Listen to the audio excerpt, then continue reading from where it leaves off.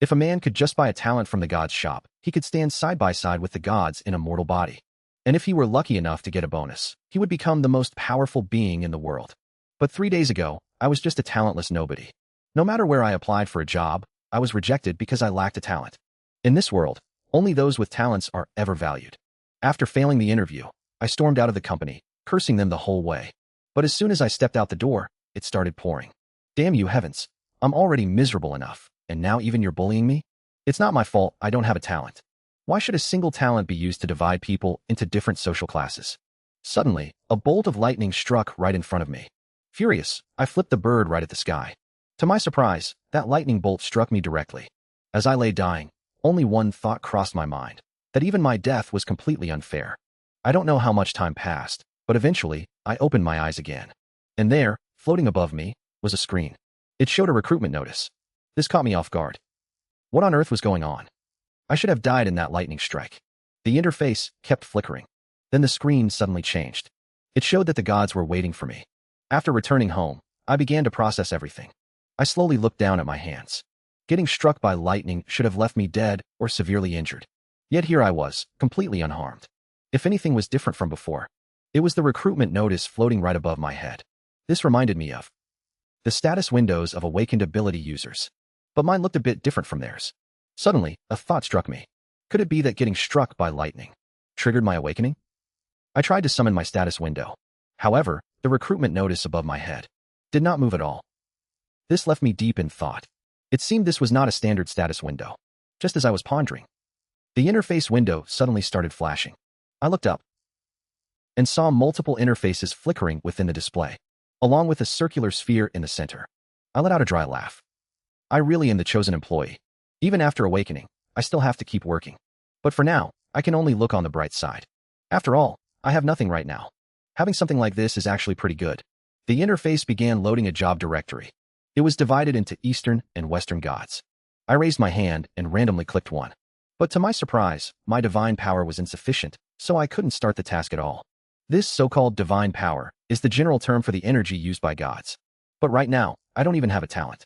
How could I possibly have something like divine power? But thinking about it, it's impossible that I'd see this window for no reason. I guess there might be jobs that don't require divine power. With that in mind, I decided to test my theory. With a light tap of my finger, I searched for positions with no divine power requirements. It felt a bit like using a job recruitment app. Suddenly, the system found a task. It was to build the dungeon, Midgard. This task had no divine power requirements. I was thrilled. As I thought, there are tasks that don't require divine power. The employer for this task was named Thor. The employer's note read, "Loki's lackeys stay away. If you dare mess around, I'll smash your head. Working hours are negotiable." The employer left a note, "Loki's lapdogs need not apply. Plus, he'd pay me the same day the task was completed." This caught me completely off guard. This dungeon is no ordinary place. A dungeon is a secret realm teeming with monsters. Then there were these 12 Thor coins. I had no idea how much they were worth. But I didn't care about that anymore, so I just accepted the mission. I figured I might as well give it a shot. If I could finish the task and get a huge reward, I didn't care if it was a dungeon or hell itself. With a whoosh, a teleportation power sent me straight to another world. I slowly picked myself up. I could hear the crackle of electricity right by my hand. My head was spinning. One moment I pressed a button, and the next, I was teleported here. Looking around, it was clear this wasn't Earth, but another world entirely. If I weren't experiencing it myself, I would have thought this was all a dream. Just then, a low growl sounded behind me. I turned around to see a vicious dog lunging straight for my face. But just as it was about to reach me, a massive hand firmly grabbed it. The man was surrounded by crackling lightning, and he had an incredibly hulking build. And this person is my employer, Thor. He is also a god of this world. Thor cast his gaze down. "So you are the new worker." I was a bit startled by his overwhelming presence. How could anyone grow to be this tall? After looking closer, I realized that Thor is not as terrifying as he seemed a moment ago. Instead, he gives me a friendly vibe. He lets out a hearty laugh and keeps patting me on the shoulder. He tells me not to be so nervous, saying I must have heard his name many times before. Then he picks me up by the collar and tells me we can talk while walking. As for the little dog in his hand, he has already tossed it off to who knows where. Looking at the hammer in Thor's hand, I guess that must be Mjolnir. I am shaking in my boots. If he truly is Thor, then isn't he a divine existence? Thor turns to me and asks, "Judging by your outfit, you must be an Asian god, right?" I am shocked. Thor is a deity himself, so he naturally assumes that I am a god too. Little does he know that I am nothing more than a weak and frail human. However, I was not foolish enough to reveal my true identity right then. I could only play along with his assumption, confirming I was indeed a deity. I added that my domain was just about the size of a small hill. Thor let out a hearty laugh and gave me a heavy slap on the back. He had heard of such a deity, figuring it must be a local earth god if he remembered correctly. Then his tone shifted as he scanned my outfit. You seem quite familiar with human culture given your style of dress. I panicked inwardly, wondering if my gear had given me away. I quickly brushed it off by saying I frequently visit the human world and simply prefer their style. However, Thor's next words left me completely stunned. You seem to like humans quite a bit, but your current mission is to build a dungeon trial ground, which is ultimately a tool for slaughtering humans. Faced with his interrogation, I grew rather nervous, but I kept my mouth shut. In silence, Thor led me to the designated site for the dungeon, and its theme was going to be a labyrinth. Thor said we need to work together to complete it. If I do a good job on this mission, the rewards will be very generous. Soon I grabbed a shovel and started working alongside the crew. Seeing this base under construction, I found it incredibly spectacular. It was something I had never seen in the human world. I worked extremely hard during this time. Whenever something needed to be done, I was the first to step up. I figured that as long as I got on the good side of these gods, my future rewards would definitely not be small. Afterward, the foreman Magnus brought me deeper into the dungeon construction site. There were many traps and mechanisms in here, and a moment of carelessness would trigger danger. On top of that, many lizard eggs were hidden inside as well. The lizardmen here were meant to serve as checkpoints to block humans. Magnus continued to introduce the place to me, saying that going further ahead was where the goblins lay in ambush. If heroes from the human world managed to break through to this point, it meant they were getting close to the end. Right at that moment, not far behind me, a goblin opened its eyes. Without another word, it lunged straight at me. This gave me a huge scare. Why was this monster attacking me?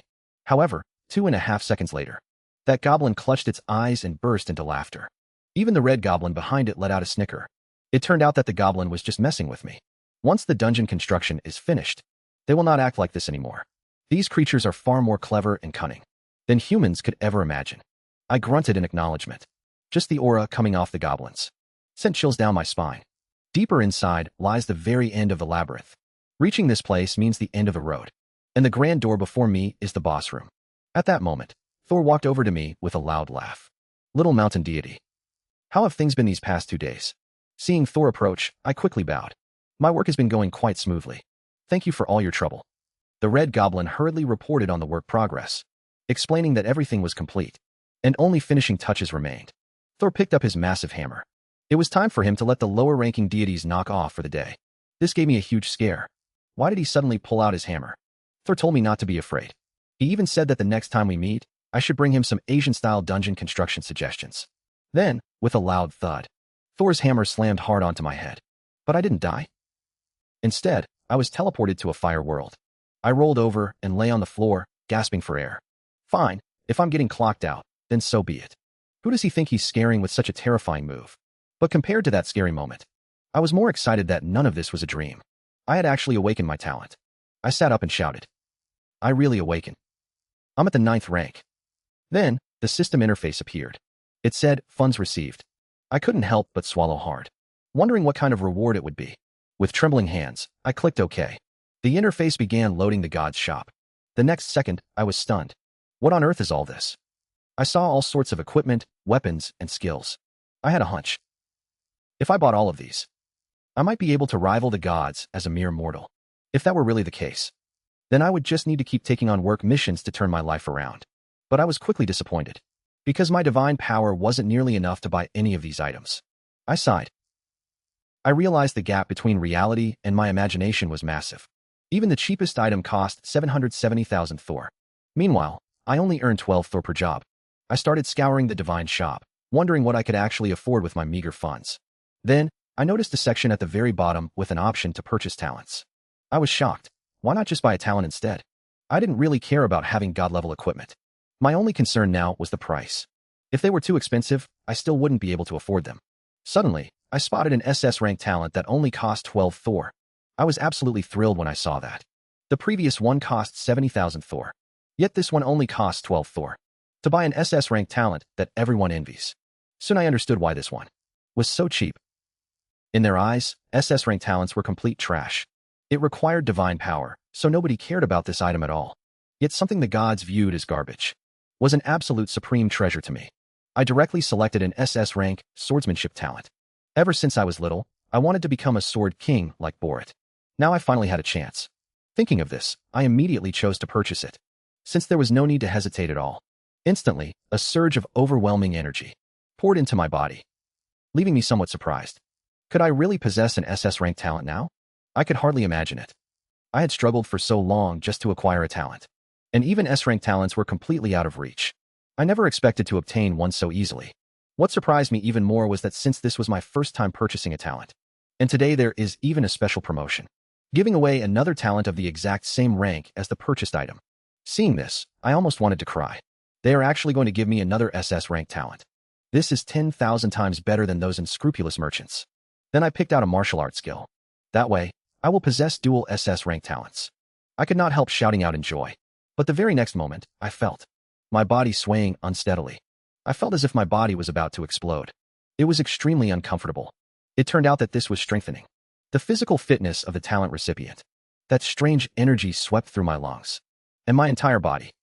Every place it swept through was completely reinforced. When I opened my eyes again, I had slept through the afternoon. I slowly got up. In my sleep just now, it seemed like I dreamed of Mom.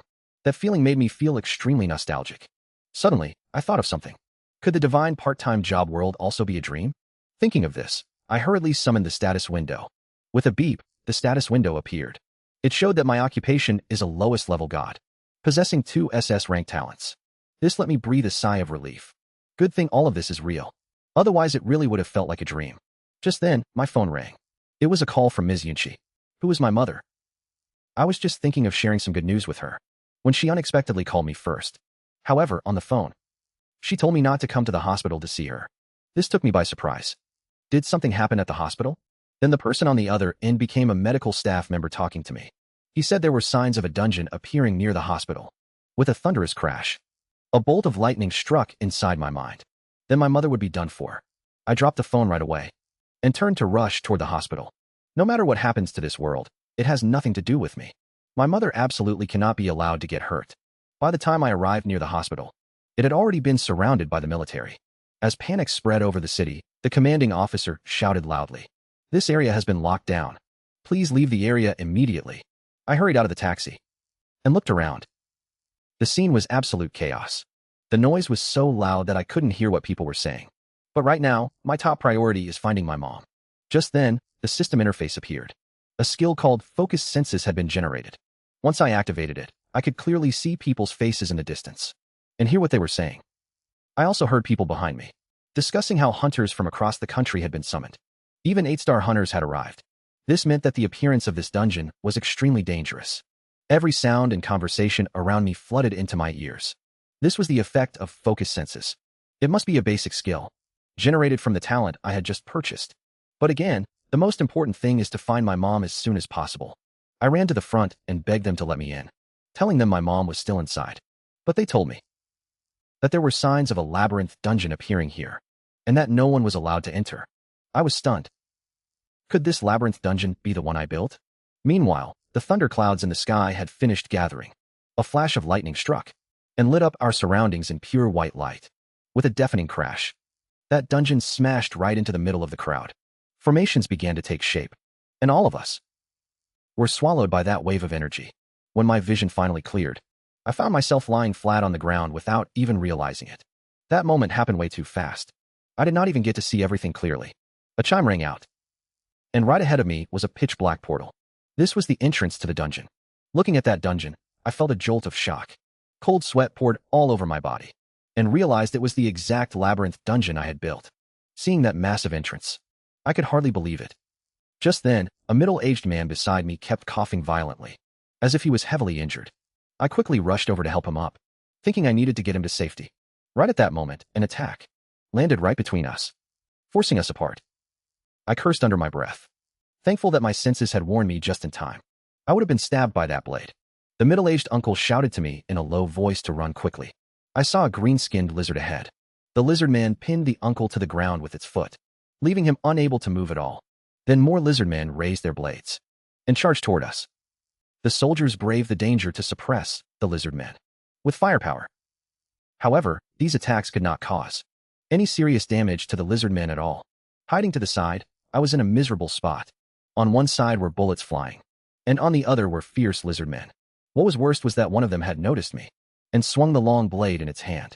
With a clanging sound, the sharp blade in its hand rapidly flew toward me. Just at that moment, the interface suddenly appeared, activating the skill, heightened senses. The flying blade seemed in my eyes to be as slow as a snail. With a snap, I grabbed the back of the flying blade directly with my hand. My eyes were filled with disbelief.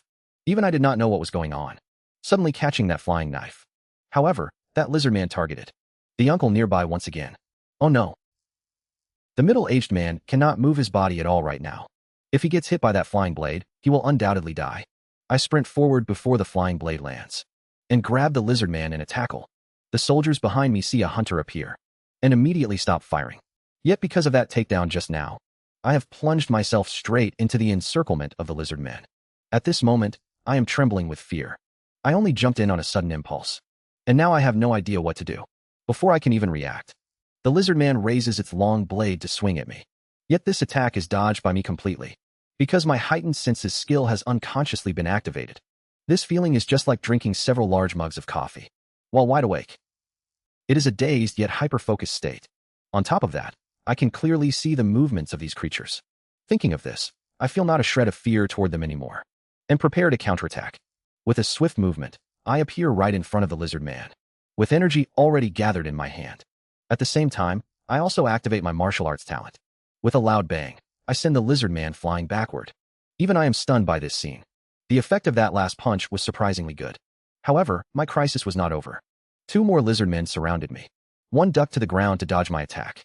Then I used the momentum to unleash a spinning whip kick, hitting the lizard man squarely on the head.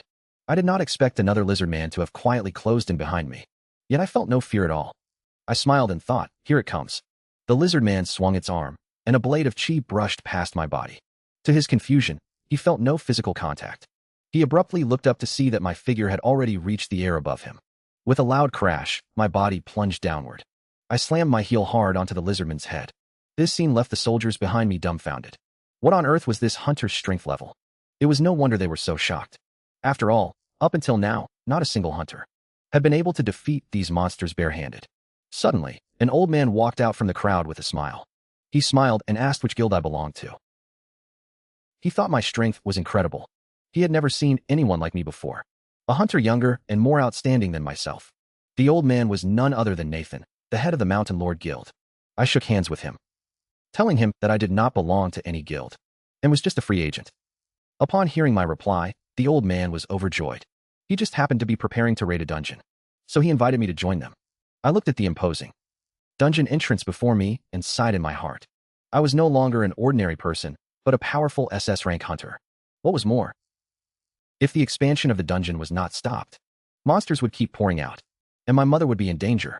I clenched my fists tightly. Having already made up my mind, I had decided to follow Nathan and raid this dungeon together. Soon, our group entered the interior of the dungeon. At that moment, I turned into a guide, constantly leading them along the correct path. Fortunately, back when I built this dungeon, I remembered the way in, so I could avoid certain dangers. After walking a bit further, I had everyone stop. This confused Nathan a little. I looked into Nathan's eyes and said seriously, "From here on out, I am leading the way. You all have to listen to me." The lackey behind him was a bit unconvinced. "You are just a freelance hunter. Where do you get such strong confidence?" Nathan, on the other hand, was quite open-minded. He did not know why, but he trusted my judgment completely. I picked up a stone and tossed it gently. That stone instantly shattered into tiny pieces. My action made Nathan and his underling change their expressions. If I had not stopped them just then, they might have lost one of their men. That trap from a moment ago was triggered by this formation on the ground. Nathan touched his chin, feeling like I knew some secrets. This scared me so much that I was trembling, because I could hardly tell them that I built this dungeon myself. I coughed twice to hide my awkwardness. This is my trade secret, not something I can just tell you. Afterward, I picked up a torch and led the way for them again, and a giant gate appeared ahead of us. I told everyone to prepare themselves. It was time for battle. This room was filled with many boxes of spider eggs. I quietly pulled out my lighter. Since I knew where the spiders were hiding, there was no need to overcomplicate things. I could just burn them all. Right then, my extrasensory skill was subconsciously activated. I heard a cry for help. I wondered if there were actually survivors here. Without hesitating, I stopped the hunters who were preparing to start the fire. I told them that there seemed to be survivors, and we should search the area first. Nathan told his men that signs of survivors had been found deep in the secret room, and that their priority should be the rescue. He then ordered everyone to follow Leo's lead. Although Nathan didn't know how I did it, he guessed that I knew exactly where the survivors were. I was speechless. When did I become the commander-in-chief? Just then, a girl slowly approached me. She apologized and thanked me for helping her avoid the minefield perfectly, making me feel a little unaccustomed. After all, I have always been single. I have never even held hands with a girl. Then she turned and left. She even suggested that the next time I enter the dungeon, it would be best to bring a sword. A moment later, I walked in together with Nathan and the others. As soon as I stepped inside, I sensed something was wrong, and shouted that there was something above us. Up above was a huge, bright red spider, and it was massive. The sidekicks nearby were almost scared to death, continually crying out for help. Fortunately, Nathan was battle-hardened. He picked up his axe and slashed right through it. He warned the subordinates not to panic, and to follow the plan in everything they did. At the same time, my perception skills swept inward, to find any survivors as soon as possible. In just 2.5 seconds, I spotted some survivors. I saw that they had already been wrapped up in spider silk, like mummies. Nathan was quick and sharp, rapidly cutting through the webs to save them. I carried an injured companion on my back and quickly said, "I know where the exit is. Just follow me, everyone." Nathan let out a chuckle. Having a human GPS is actually quite convenient. Nathan was very satisfied with how the rescue went. So, he wanted to have a chat with me. This caught me off guard. I wondered if he wanted me to join their guild. But among the group, there was a lackey who was very unhappy with me. Nathan just laughed. Since he didn't know the truth about my talents, he actually thought I had built this dungeon. His words made me break out in a cold sweat. I could only keep making up excuses to brush it off. I told him to get his men moving and keep going. If we kept chatting like this, I was afraid I'd actually be exposed. As we kept moving forward, we discovered a symbol. I recognized it from when I was building the dungeon. It was the symbol of the goblins.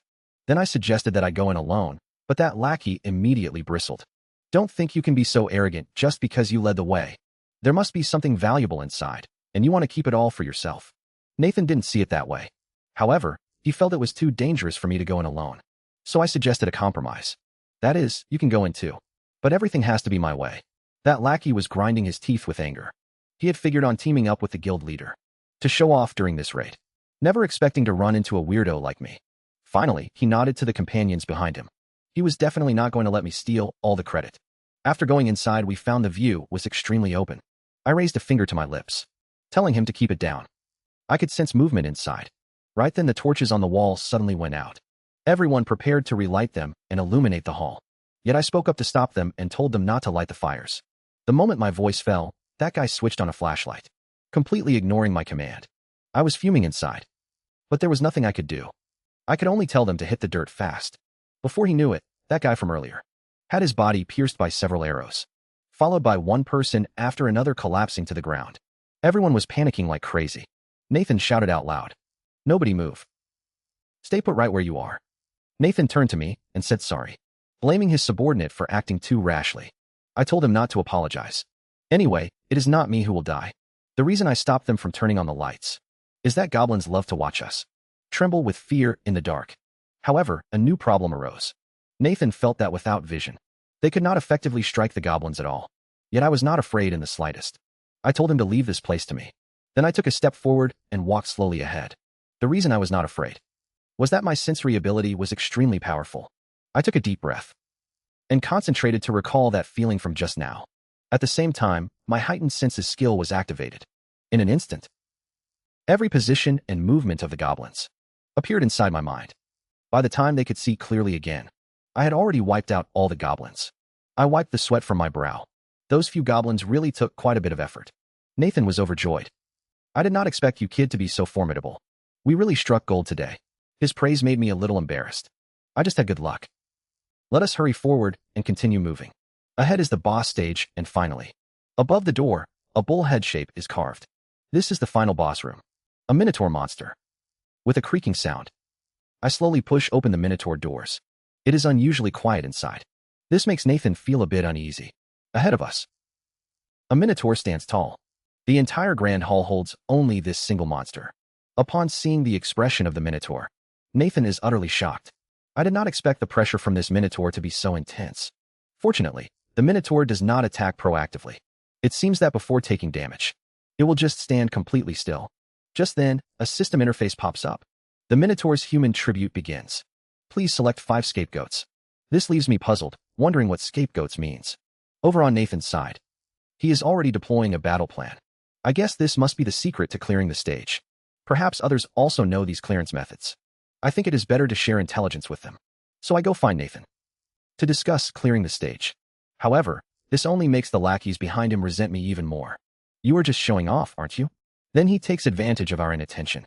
He quietly slipped away from there. He raised his bow and aimed at the Minotaur. His heart was full of disdain.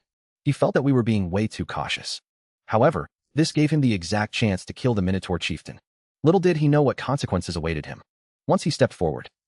Just then, my perception picked up the movement of that subordinate. This took me by complete surprise.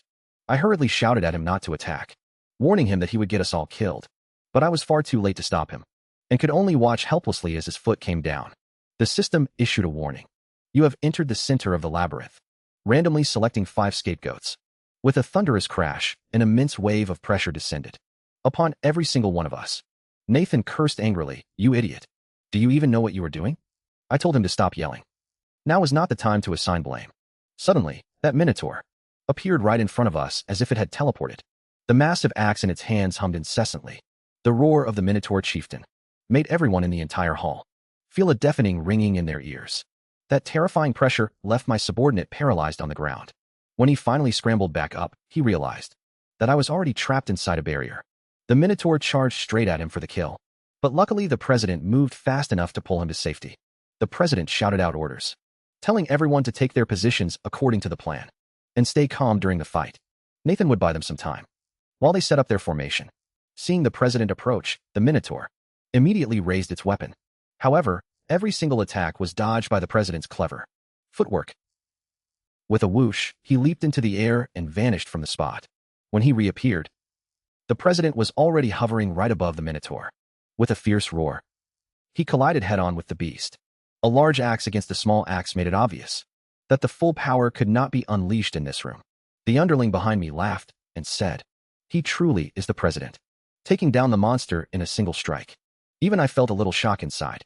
I knew clearly that this strike could not possibly cause any damage to the Minotaur.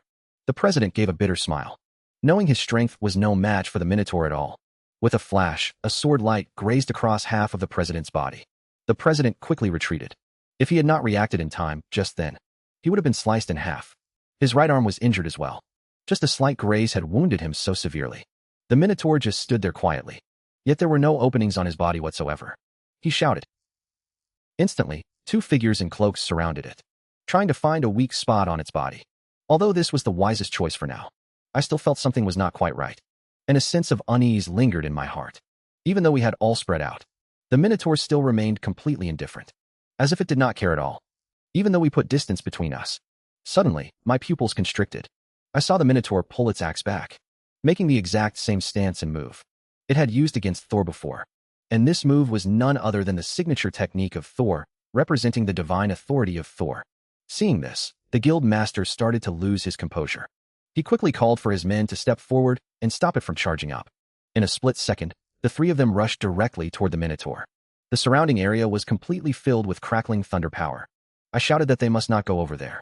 The power of that attack was not something they could possibly withstand. Yet the guild master foolishly believed he had already succeeded. The very next moment, however, he was shocked to find that something was terribly wrong. Their attack could not push through even a fraction of an inch. His hands remained frozen in place, unable to move while locked in an offensive posture. This meant that his judgment had been completely wrong. Suddenly, my figure appeared right in front of the guild master, as if by teleportation. I delivered a kick straight to the Minotaur's face. Even though I had pushed my speed to the absolute limit by this point, I was still a step too late. With a deafening roar, a massive explosion erupted across the arena.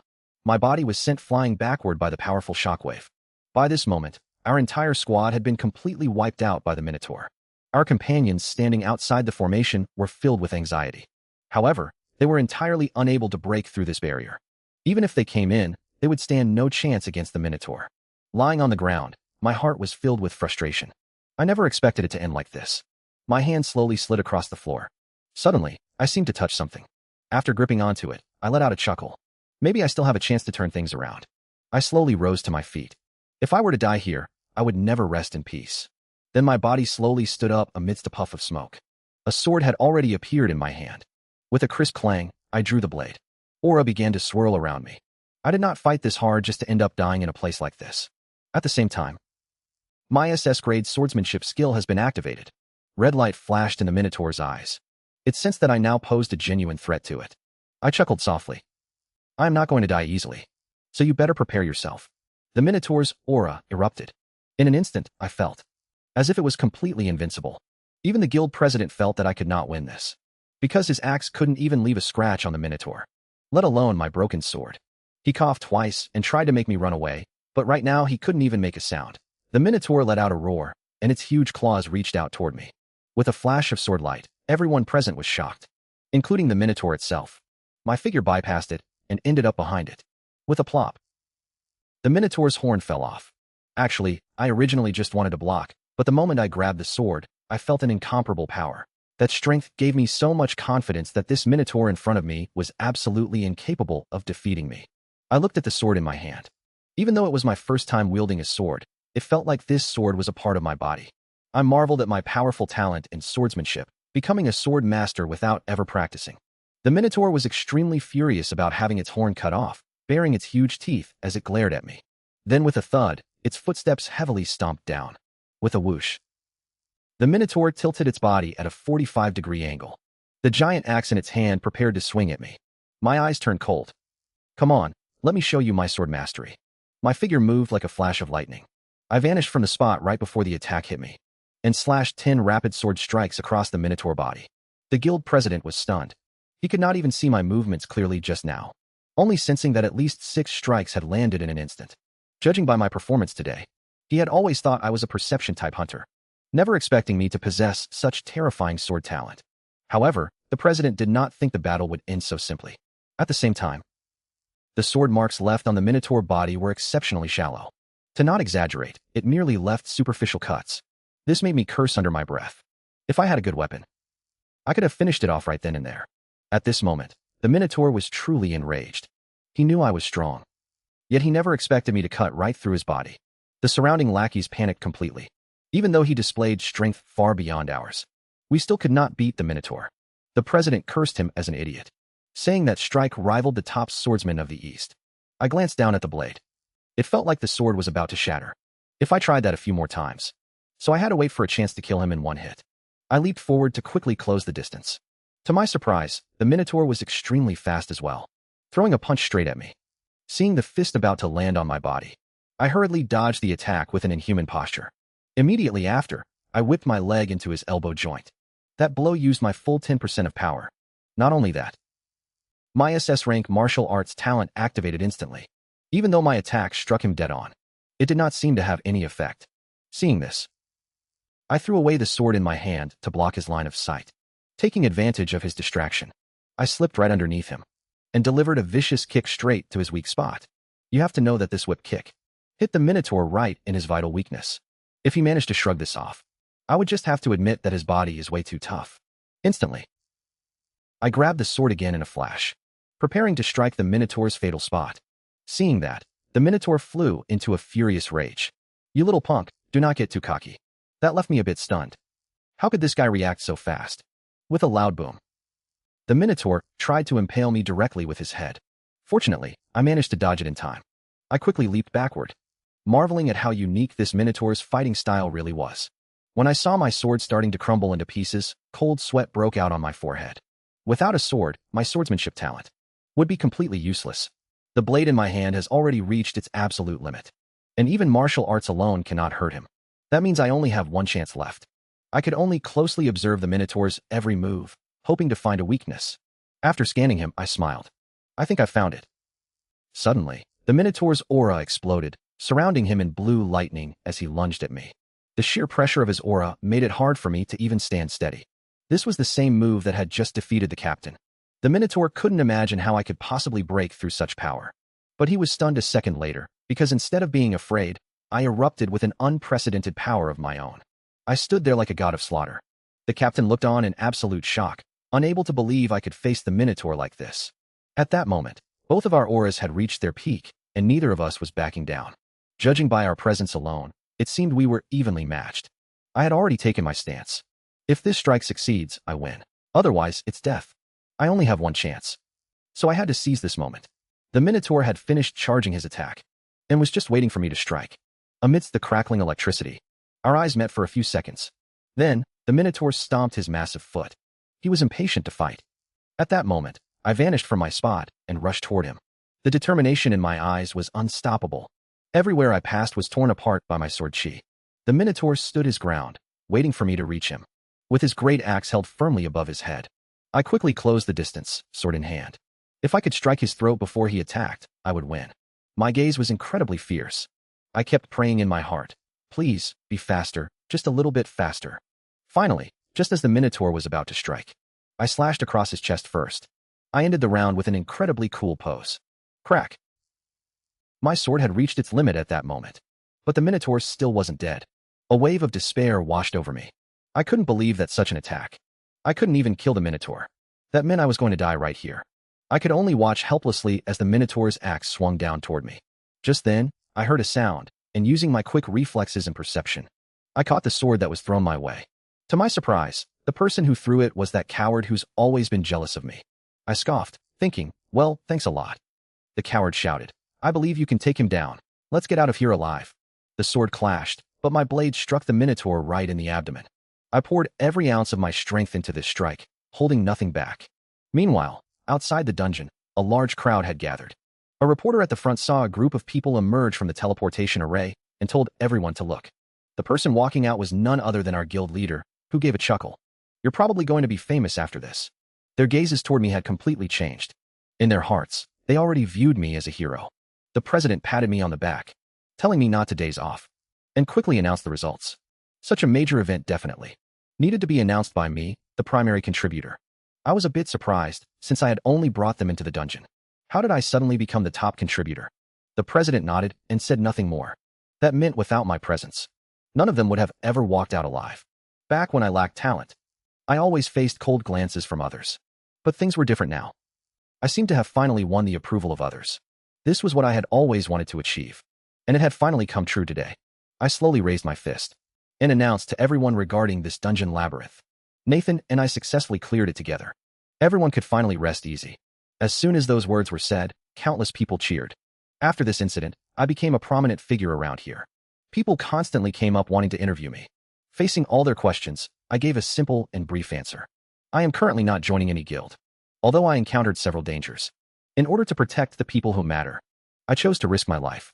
That is how I simply cleared the dungeon. After the interview, I came to my mother's hospital room. Seeing that she was safe and sound, I finally felt at ease. I picked up the remote to turn off the television. Right at that moment, my phone suddenly rang. I wondered who could be sending me a message. His swordsmanship and judgment were unbelievably strong. Nathan and the guild members all spoke in unison. The next moment, my vision began to flash continuously. The system prompted that my popularity had risen rapidly. Along with the increase in popularity, divine power increased by 1,000. This left me somewhat surprised. Divine power was the restriction condition that appeared in the job posting. I never expected it could be obtained in this way. Once my divine power reached 1,000, I could check the new job posting. I clicked to confirm right away. After all, opportunity knocks but once. The interface showed a job opening at Hephaestus's forge. It was for a security guard position. I chuckled. So it was just about divine power. Getting divine power doesn't seem that hard. I stretched and prepared to get some well-deserved rest. After all, everything I did today really wore me out. But to my surprise, 300 million gods had already applied for the position, and the application window was about to close. This gave me quite a shock. What's going on? They actually want to steal my livelihood while I'm resting. I immediately clicked apply. Nobody is stealing such a sweet deal from me. Bang! When I opened my eyes again, I had been rudely teleported to the divine realm. Right in front of me was Hephaestus's forge. As soon as I entered the forge, I felt an intense heat. It was far hotter than a 40-degree day on Earth. By the time I realized what was happening, a red-haired man had appeared behind me. He glanced at me. Nice to meet you. I am the owner of this forge, Hephaestus. Are you the one applying for the guard position? Hearing that he was the owner of this blacksmith shop, I quickly bowed to greet him. I'm Leo, and I'm here to apply for the guard position. You can just call me Leo. I was still feeling a bit nervous. After all, I had just been bad-mouthing this shop. I wondered if he'd try to make things difficult for me. But Hephaestus didn't seem to care about what I'd said. Instead, he started praising me. He truly is the legendary god of the mountains. He had heard that I went to the human world to fight side by side with humans to conquer Thor's labyrinth dungeon. This left me speechless. I couldn't exactly tell him that I am human. Hephaestus laughed. Then, he decided to introduce his subordinates. He then blew his horn. After he blew it, a sonic boom far more powerful than the lion's roar technique echoed throughout the blacksmith shop. I could only feel a ringing in my ears, and the blood in my entire body felt like it was starting to boil. In a flash, 3 little dwarves appeared right before us. Hephaestus introduced them, saying, "This is the god who is here to supervise you today. You can call him Little Leo." I scratched the back of my head, feeling a bit embarrassed. "Please take good care of me starting today." Hephaestus leaned close to my ear and whispered, "These guys have pretty good skills, but their hands and feet are not clean. And they have bad tempers too. They are just like big yellow dogs in the human world, good at guarding the house, but truly fierce when they lose their tempers. Whenever he focuses on forging, they would just vanish out of nowhere. For instance, the pendant he was supposed to give to Freya last week suddenly went missing. That gave Hephaestus quite a headache. Other things do not matter much, but he really hates losing this particular item. And that item was actually stolen by someone working for you here." Hephaestus tossed a wooden stick to me. He had to go out on a business trip today, so he asked me to come and keep an eye on them for the day. Carved entirely from olive wood. This is an extremely powerful weapon. I am too shocked to speak. This weapon is just too incredible. You could never find a weapon like this on Earth. Afterward, Hephaestus opens a teleportation array and prepares to leave. Before leaving, he gives me a meaningful look. The problem is, I do not even know what the job entails. Regarding this hammer, Hephaestus suggests that I just need to use my strength to overpower them. That will make them do their work honestly. He says they are much simpler than I think. However, as soon as Hephaestus leaves, I feel something is wrong. Why do I feel like 3 demons are staring at me from behind? I slowly turn my head around. We already greeted each other earlier, so let us get to work. These workers seem a bit unhappy though. I let out a chuckle as I realized the truth. Hephaestus knew all along that they would not work honestly. That is why he gave me the hammer of Hephaestus to suppress them. I grin. I tell them they better behave. That way everyone can have an easy and pleasant workday. I lifted the hammer of Hephaestus in my hand to threaten them. If you do not work properly, do not blame me if I accidentally hurt you. With a click, 4 gleaming guns were aimed right at me. Cold sweat broke out on my forehead. You cannot be serious. The foreman's gaze turned cold. What a brat who does not know his place. Slowly, I opened my eyes in the darkness. I had no idea how I had passed out just now. When I woke up again, I had already been tied up by them. I cursed under my breath. These guys are too despicable. Seeing me wake up, 2 henchmen walked over. They had used the strongest tranquilizer gun, intending to knock me out for a whole day. They never expected I would wake up so fast. I shouted loudly, "You have a lot of nerve. I am a security guard specially hired by Hephaestus. And do you really think that just because he is not here, he cannot see everything you are doing? You are underestimating him too much." I told the 2 of them to untie me, and if they worked hard afterward, I would let bygones be bygones. Hearing my words, the 2 workers burst out laughing. It was the funniest joke they had ever heard. That left me a bit confused. Don't they have no fear of Hephaestus at all? Just then, someone else popped out. He said that they had packed up almost all the valuable items, and it was time to evacuate. At that moment, they were still planning to use a heavy dose of anesthetic on me before trying to escape the blacksmith shop. What they didn't know was that I had already pulled out a small knife and was slowly cutting through the ropes. With a loud bang, I grabbed a hammer and knocked the 2 of them out. You 2 really insisted on doing things the hard way. Then, I tied them up tightly, giving them absolutely no chance to move. I shook my hands and said, "You bunch of small-time thugs. You just had to force me to use violence to make you behave." The sword I was hiding in my hand was only there because a girl had warned me earlier. Right at that moment, I saw something on the ground. Looking closely, I realized it was exactly the lost necklace that Hephaestus had mentioned before. Meanwhile, that bald man had already packed all the valuables into a box. Magnus let out a soft hum. Get ready for what comes next. He raised his arms and shouted, "Brothers, we are a race that absorbs the burning vital energy of the mountains. Yet coming to the forge of Hephaestus this time, we have been subjected to inhumane treatment." Hearing this, the subordinates broke down in tears, unable to imagine how they had survived this period of time. Because of this, Magnus wanted to take revenge on Hephaestus. I thought to myself that things were not looking good. These dwarfs seemed to be planning a rebellion. Suddenly, all the bald men turned their heads to look at me. They had actually overheard my muttering just now. In the next second, each of them picked up a weapon, as if telling me I was doomed. I quickly ducked behind a stone pillar. If I got hit by that, I would be completely finished. I was somewhat speechless. Why had Hephaestus never mentioned that the dwarf race had so many firearms and ammunition? It left me in a completely passive position. At that moment, their leader walked over and told them to stop shooting. He had not expected that I would be able to escape. Then Magnus took a deep breath and told me about their next plan. Magnus planned to loot the place clean and run away with everything. He gave me two choices: join them or die right here. I clenched my fists until they cracked.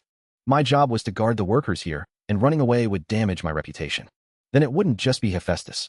I bet even Thor would despise me. I'd probably never be able to take another mission from the divine realm again. Plus, if Hephaestus returned and found everything gone, he might just kill me. So my dilemma was either to die at the hands of Hephaestus or die at the hands of these bandits.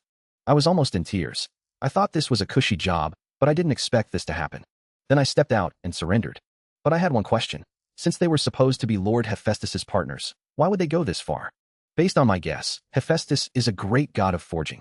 If you work here, you certainly will not lose out. I got more and more carried away. Are you guys not afraid of incurring the wrath of the gods? Before I could finish speaking, I was left speechless. A bullet grazed right past my ear. The second dwarf glared with wide eyes. If you dare say another word, I will finish you off. I trembled with fear because of him, and told him to talk properly, and put down the gun. He completely ignored me, and kept firing bullets at me nonstop. Then Magnus walked out in a huff. You do not understand at all what Hephaestus did to us. So he intended to tell me the whole truth. Before I died, I was stunned after hearing his assessment of Hephaestus. He actually called Hephaestus scum. This left me rather surprised. Are you sure you are not mistaken? How could Hephaestus possibly be scum? It turned out that one day, when they were living in the mountains, Hephaestus found them. As soon as he arrived, he praised these dwarves for forging exceptional gear. So he planned to partner with them to open a blacksmith shop. As I guessed, Hephaestus probably ended up enslaving them in the days that followed, making them work without a break. The reality was completely the opposite. Hephaestus not only never missed a single day of their wages, but also had them work only 6 hours a day and 5 days a week, with the rest of the time free for themselves. Such an unblemished life made their fiery spirits slowly fade away. It was not that they wasted their time, but all the wealth and fame should belong to their dwarf clan. This must have been a carefully laid plan by Hephaestus. I widened my eyes, completely not knowing how to respond to him. I never expected there could be such a good deal in this world. Magnus continued, saying that by the time they finally realized it, the craftsman's soul within their bodies was already gone. So now they want to take revenge on Hephaestus. I lowered my gaze and slowly said, I finally understand. You really are a thorough scumbag. You guys are just jealous that others are better than you, whose achievements surpass yours. And yet you want to destroy everything. You are absolute scum. At those words, Magnus' face instantly darkened. He waved his hand, saying that this would be my final moments. Dozens of machine guns instantly aimed at me. However, I gestured for them to wait. I did not want a head-on clash with them, and certainly not with machine guns. So I planned to provoke them a little. My voice slowly reached the ears of Magnus. If you just run away like this, everyone will simply take you for common thieves. As great craftsmen and proud warriors, do you really mind carrying such a stigma? Magnus felt a pang in his heart. Was their highest honor. Sensing the time was right, I told them to bring out their proudest work and fight me. The second in command did not want to waste words with me. He just wanted to gun me down. Right after that, he raised his pistol again and aimed it at my head, ready to finish me off. I was left somewhat speechless. According to logic, this was not how the script was supposed to go. At that moment, Magnus told him to stop. As the proudest craftsman of all, he would never run away. He also knew I had just used reverse psychology on him, but he was willing to fall for it. I was deeply moved inside. He finally took the bait. However, he told me I had to take responsibility for my words as well.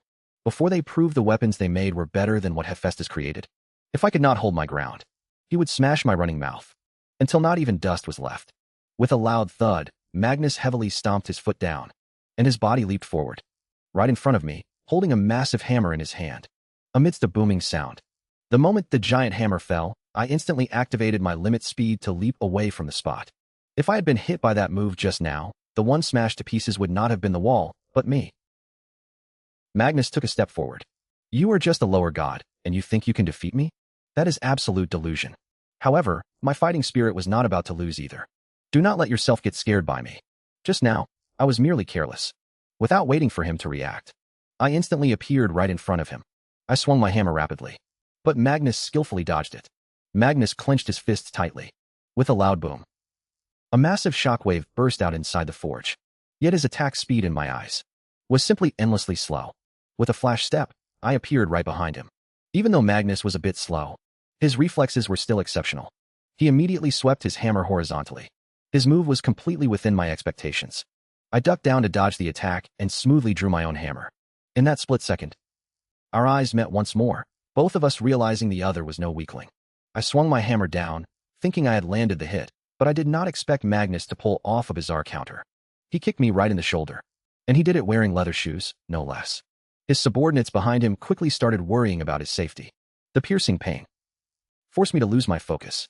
It was my first time feeling this much pain from a leather shoe. I quickly backed away to put some distance between myself and Magnus. I chuckled softly. It looks like you really are quite formidable, boss. To think you would actually think of kicking my shoulder joint. Magnus felt like I was talking way too much. He had sensed it right from the start. That my stance was a bit off. You amateur swordsman. I let out a casual "oh." Could you really tell I was a swordsman?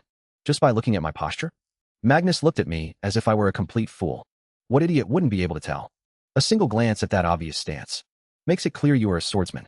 Moreover, from our brief exchange just now, he sensed that my overwhelming aura was terrifyingly fierce.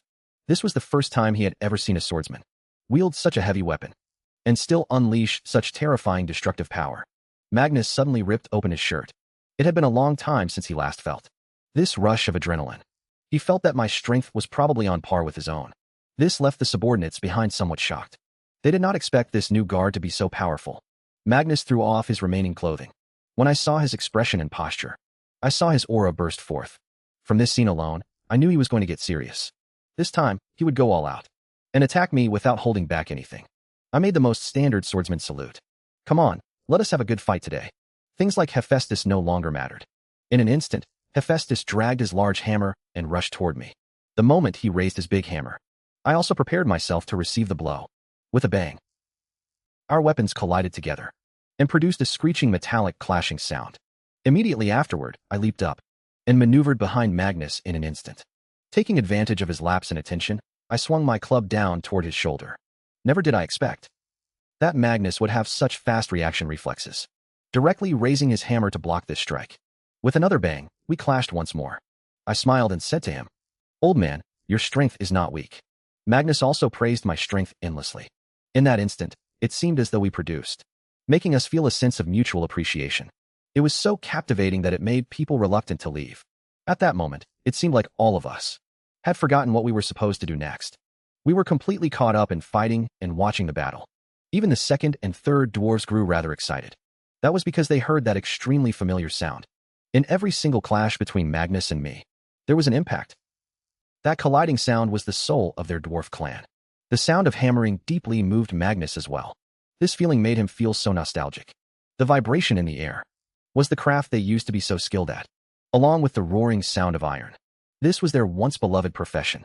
The sound they loved hearing the most was precisely this. The sound of hammering iron was branded deep into their souls.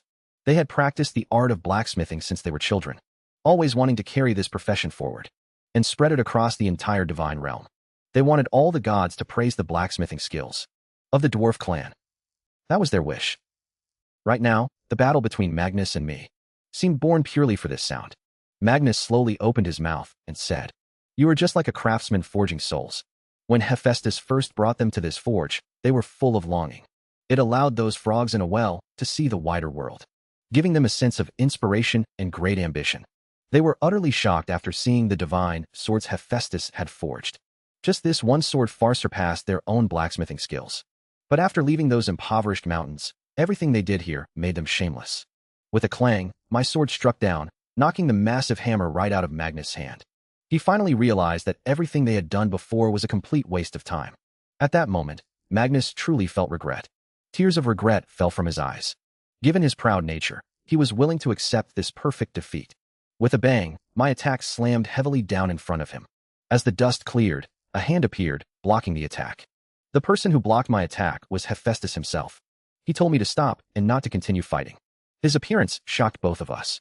Hephaestus glared at me aggressively. He demanded an explanation from me. Why, in the short half-day he had been gone, had the entire forge ended up like this? Then, he looked toward Magnus. You can start by explaining how all of this happened.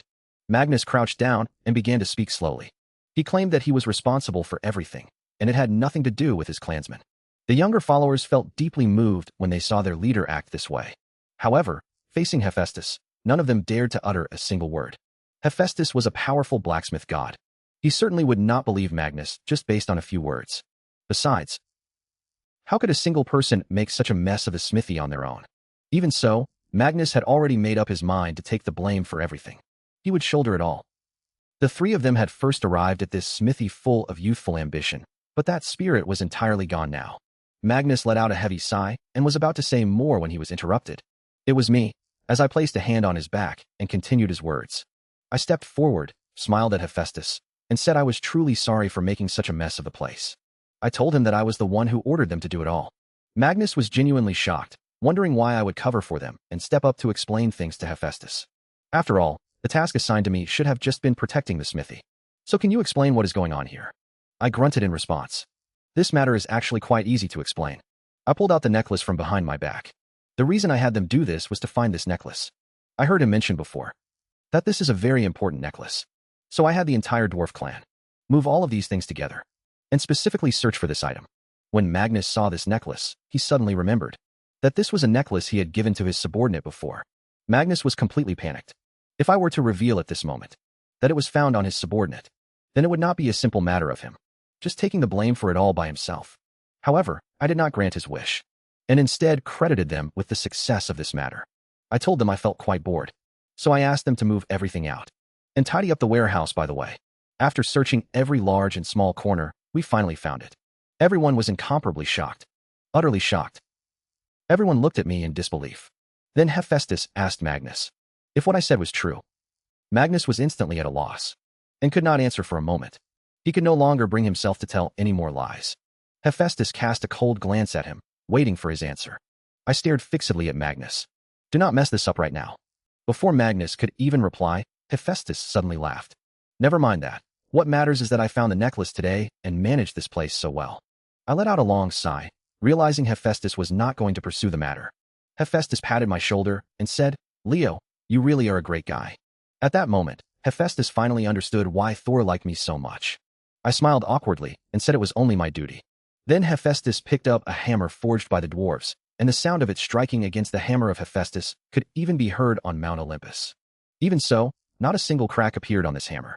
Hephaestus handed the hammer over and told him to use it from now on. This scene filled all the dwarves with a deep sense of shame. They realized they had misjudged Hephaestus all along. Then Hephaestus turned and smiled at me. He was very satisfied with the work this time, so he decided to give me a reward.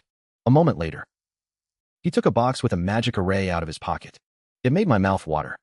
I wondered if this reward would be even more powerful than an SSS-grade talent. I opened the box with great excitement. But once I opened it, I was stunned.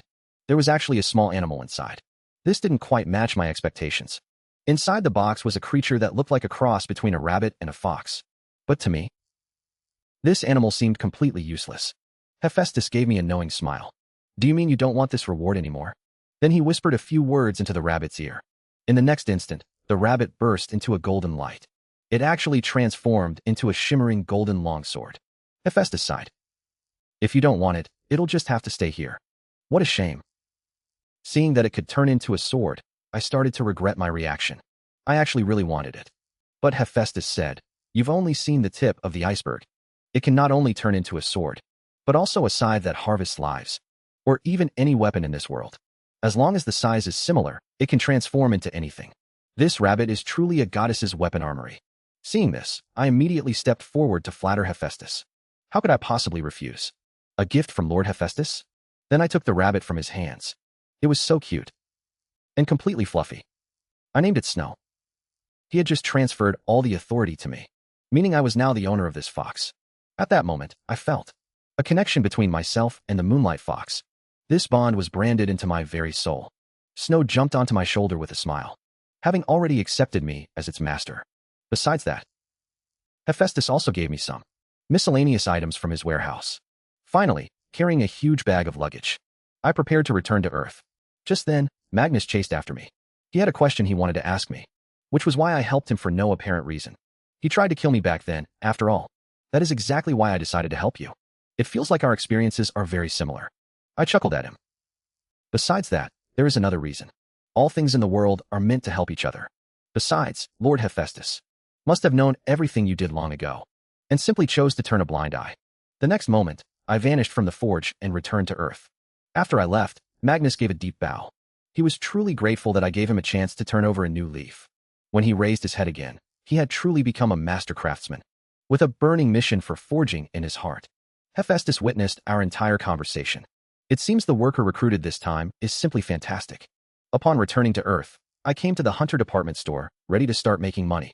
Being too excited, I walked into the pawn shop wearing filthy clothes. The manager looked at me with absolute disgust.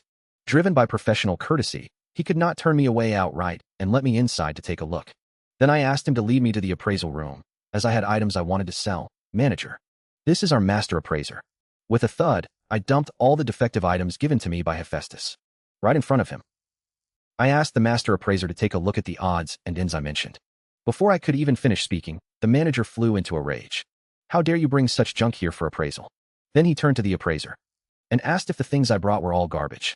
To his surprise, the master appraiser said that in his 40 years of appraising, he had never seen so many treasures at once.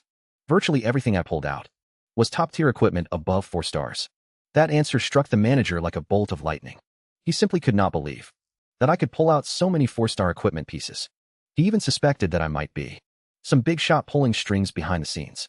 Then, wearing a flattering smile, he invited me to the VVIP private room right away. He said top-tier service was waiting for me there. Moments later, inside the VIP room, the master appraiser said that if I sold all of these items off completely, it would fetch around 15 million. My little stall was only worth 15 million. I thought it would be worth way more than that. Then I froze, realizing I must have misheard him.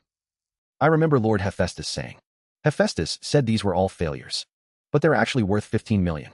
I was shaking with excitement, thinking they might even be worth more than 15 million combined. The manager was thinking to himself that he had to get the trading rights, even if he had to flatter me to death to do it. Then, with bloodshot eyes, I told him to sell them all.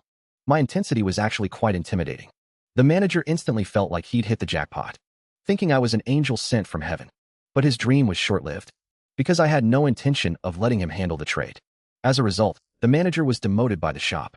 Looking at the balance of nearly 20 million on my card, I was thrilled. I couldn't even count how many zeros there were.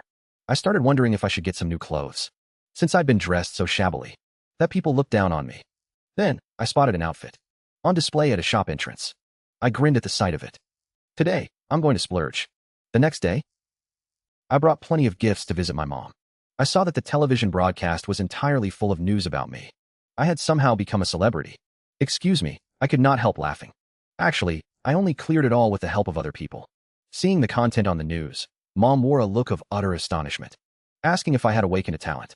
I scratched my cheek. I did suddenly awaken a talent recently, because it happened so suddenly. With a bang, Mom slammed her fist down on the table. This reaction was simply because she was far too emotional, watching her son get cold-shouldered by others. After all these years, he had finally risen up. How could she not be emotional? I looked at Mom, not knowing what to say for a moment. Mom, who lacked formal education, had always believed that my failure to awaken was entirely her fault. At that moment, the television happened to broadcast an interview with Nathan. Everyone was curious about who this legendary hunter really was. Nathan explained with high spirits, though he could not go into too much detail.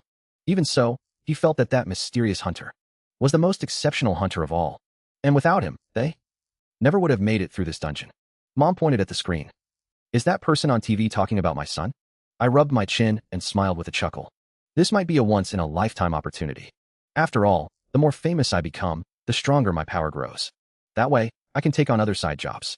Among all these available options, I have already narrowed it down to a few candidate tasks. The mission I chose this time is to clear out the undead in Eden. The rewards for this new mission are also extremely generous. It grants the golden apples that keep the gods alive forever. Perhaps those golden apples can cure my mom's cancer. That is the exact reason why I accepted it. Seeing my mom's happy expression, I realized this is probably the only time I have made her truly proud. At that moment, the news broadcasted another emergency alert. A black gate has appeared in Southeast Province. Residents nearby have already been instructed to evacuate immediately.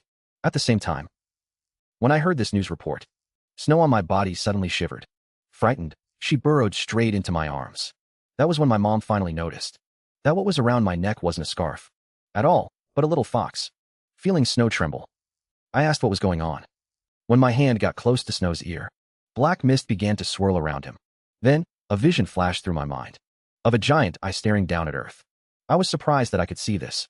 At the time, I didn't realize this was Snow's other ability, precognition. The vision I just saw might be related to the news reports on TV. After that, I left the hospital, telling my mom to just grab something simple for dinner and not to wait for me.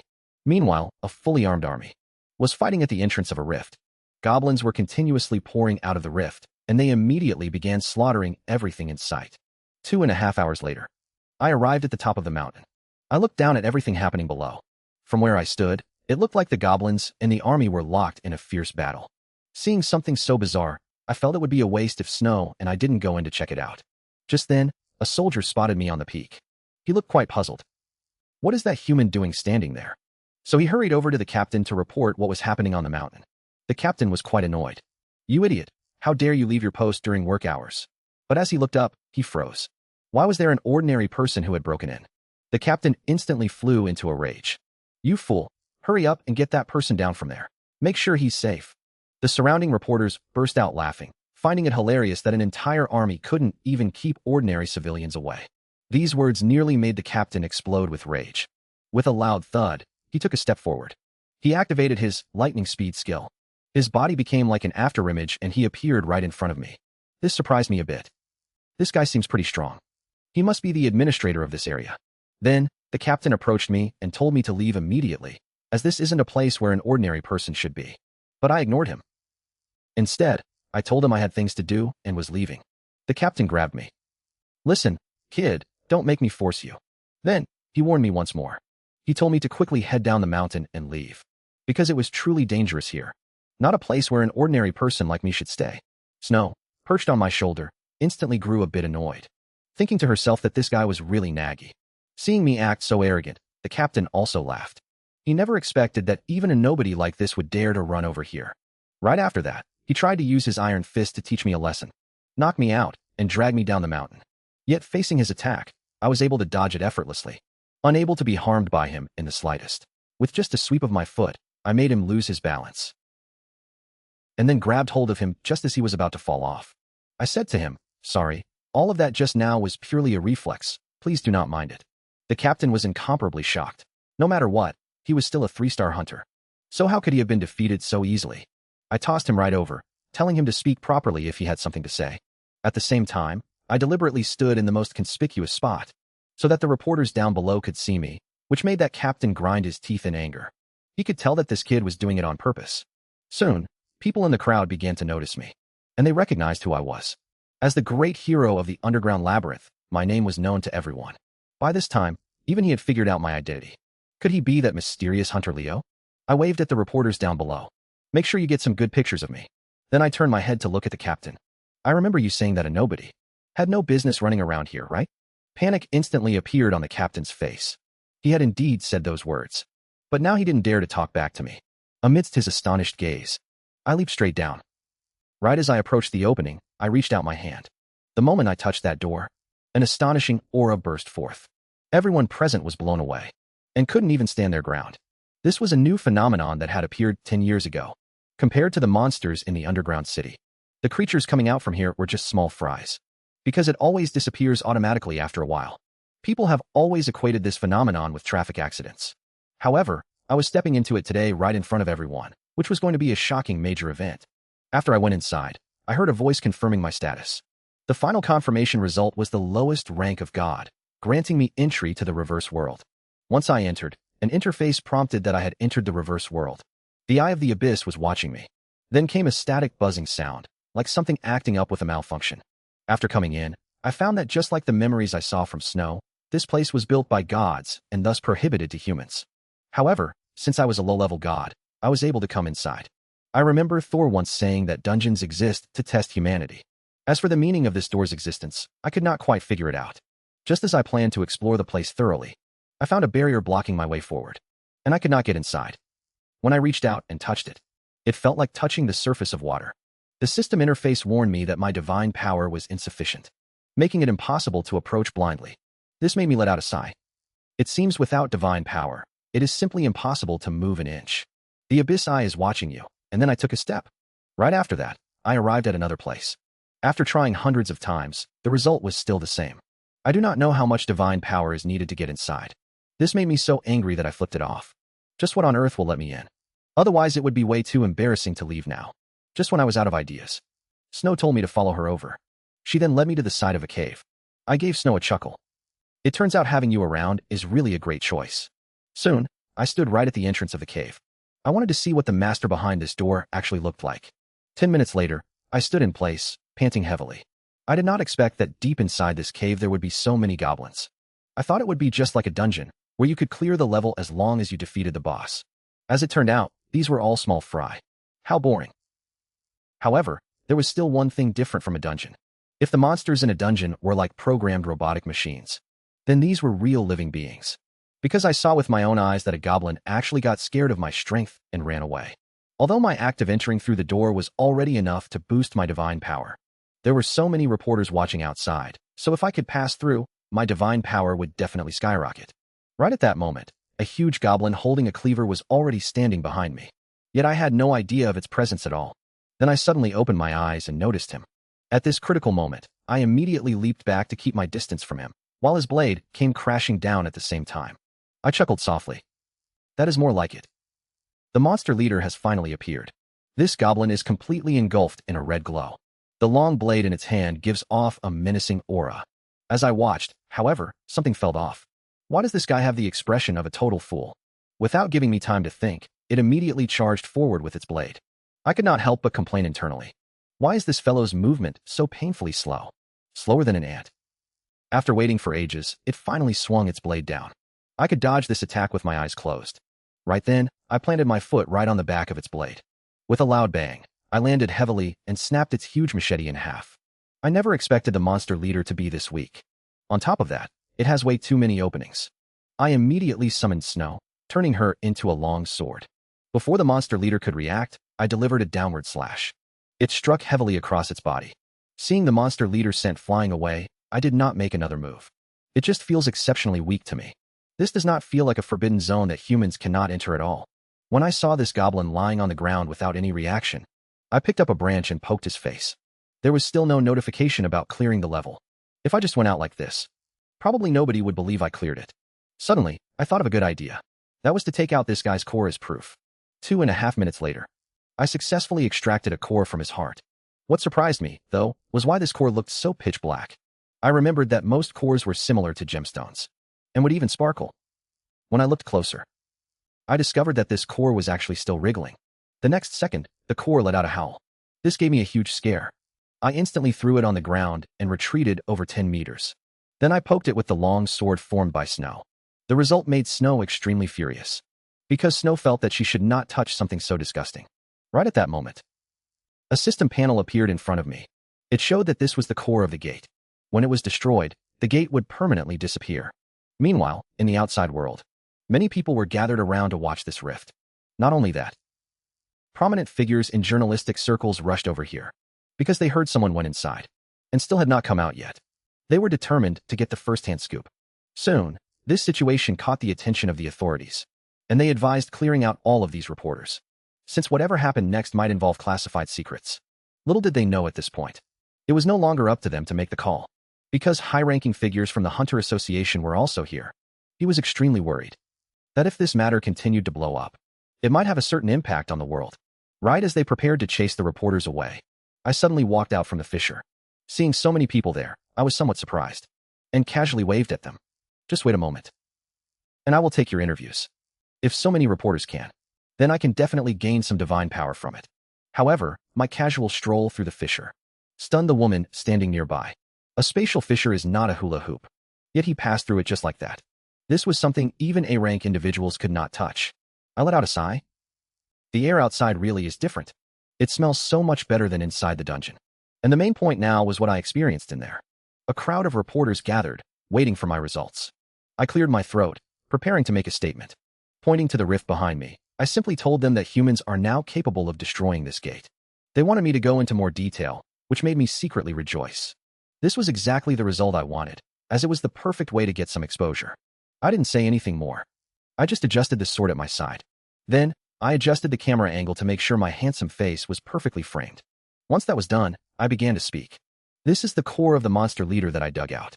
Now, everyone, keep your eyes peeled. I lightly flicked the core into the air. Everyone stared at the core in midair, completely baffled as to why I was doing this. But my response to him was swift and decisive.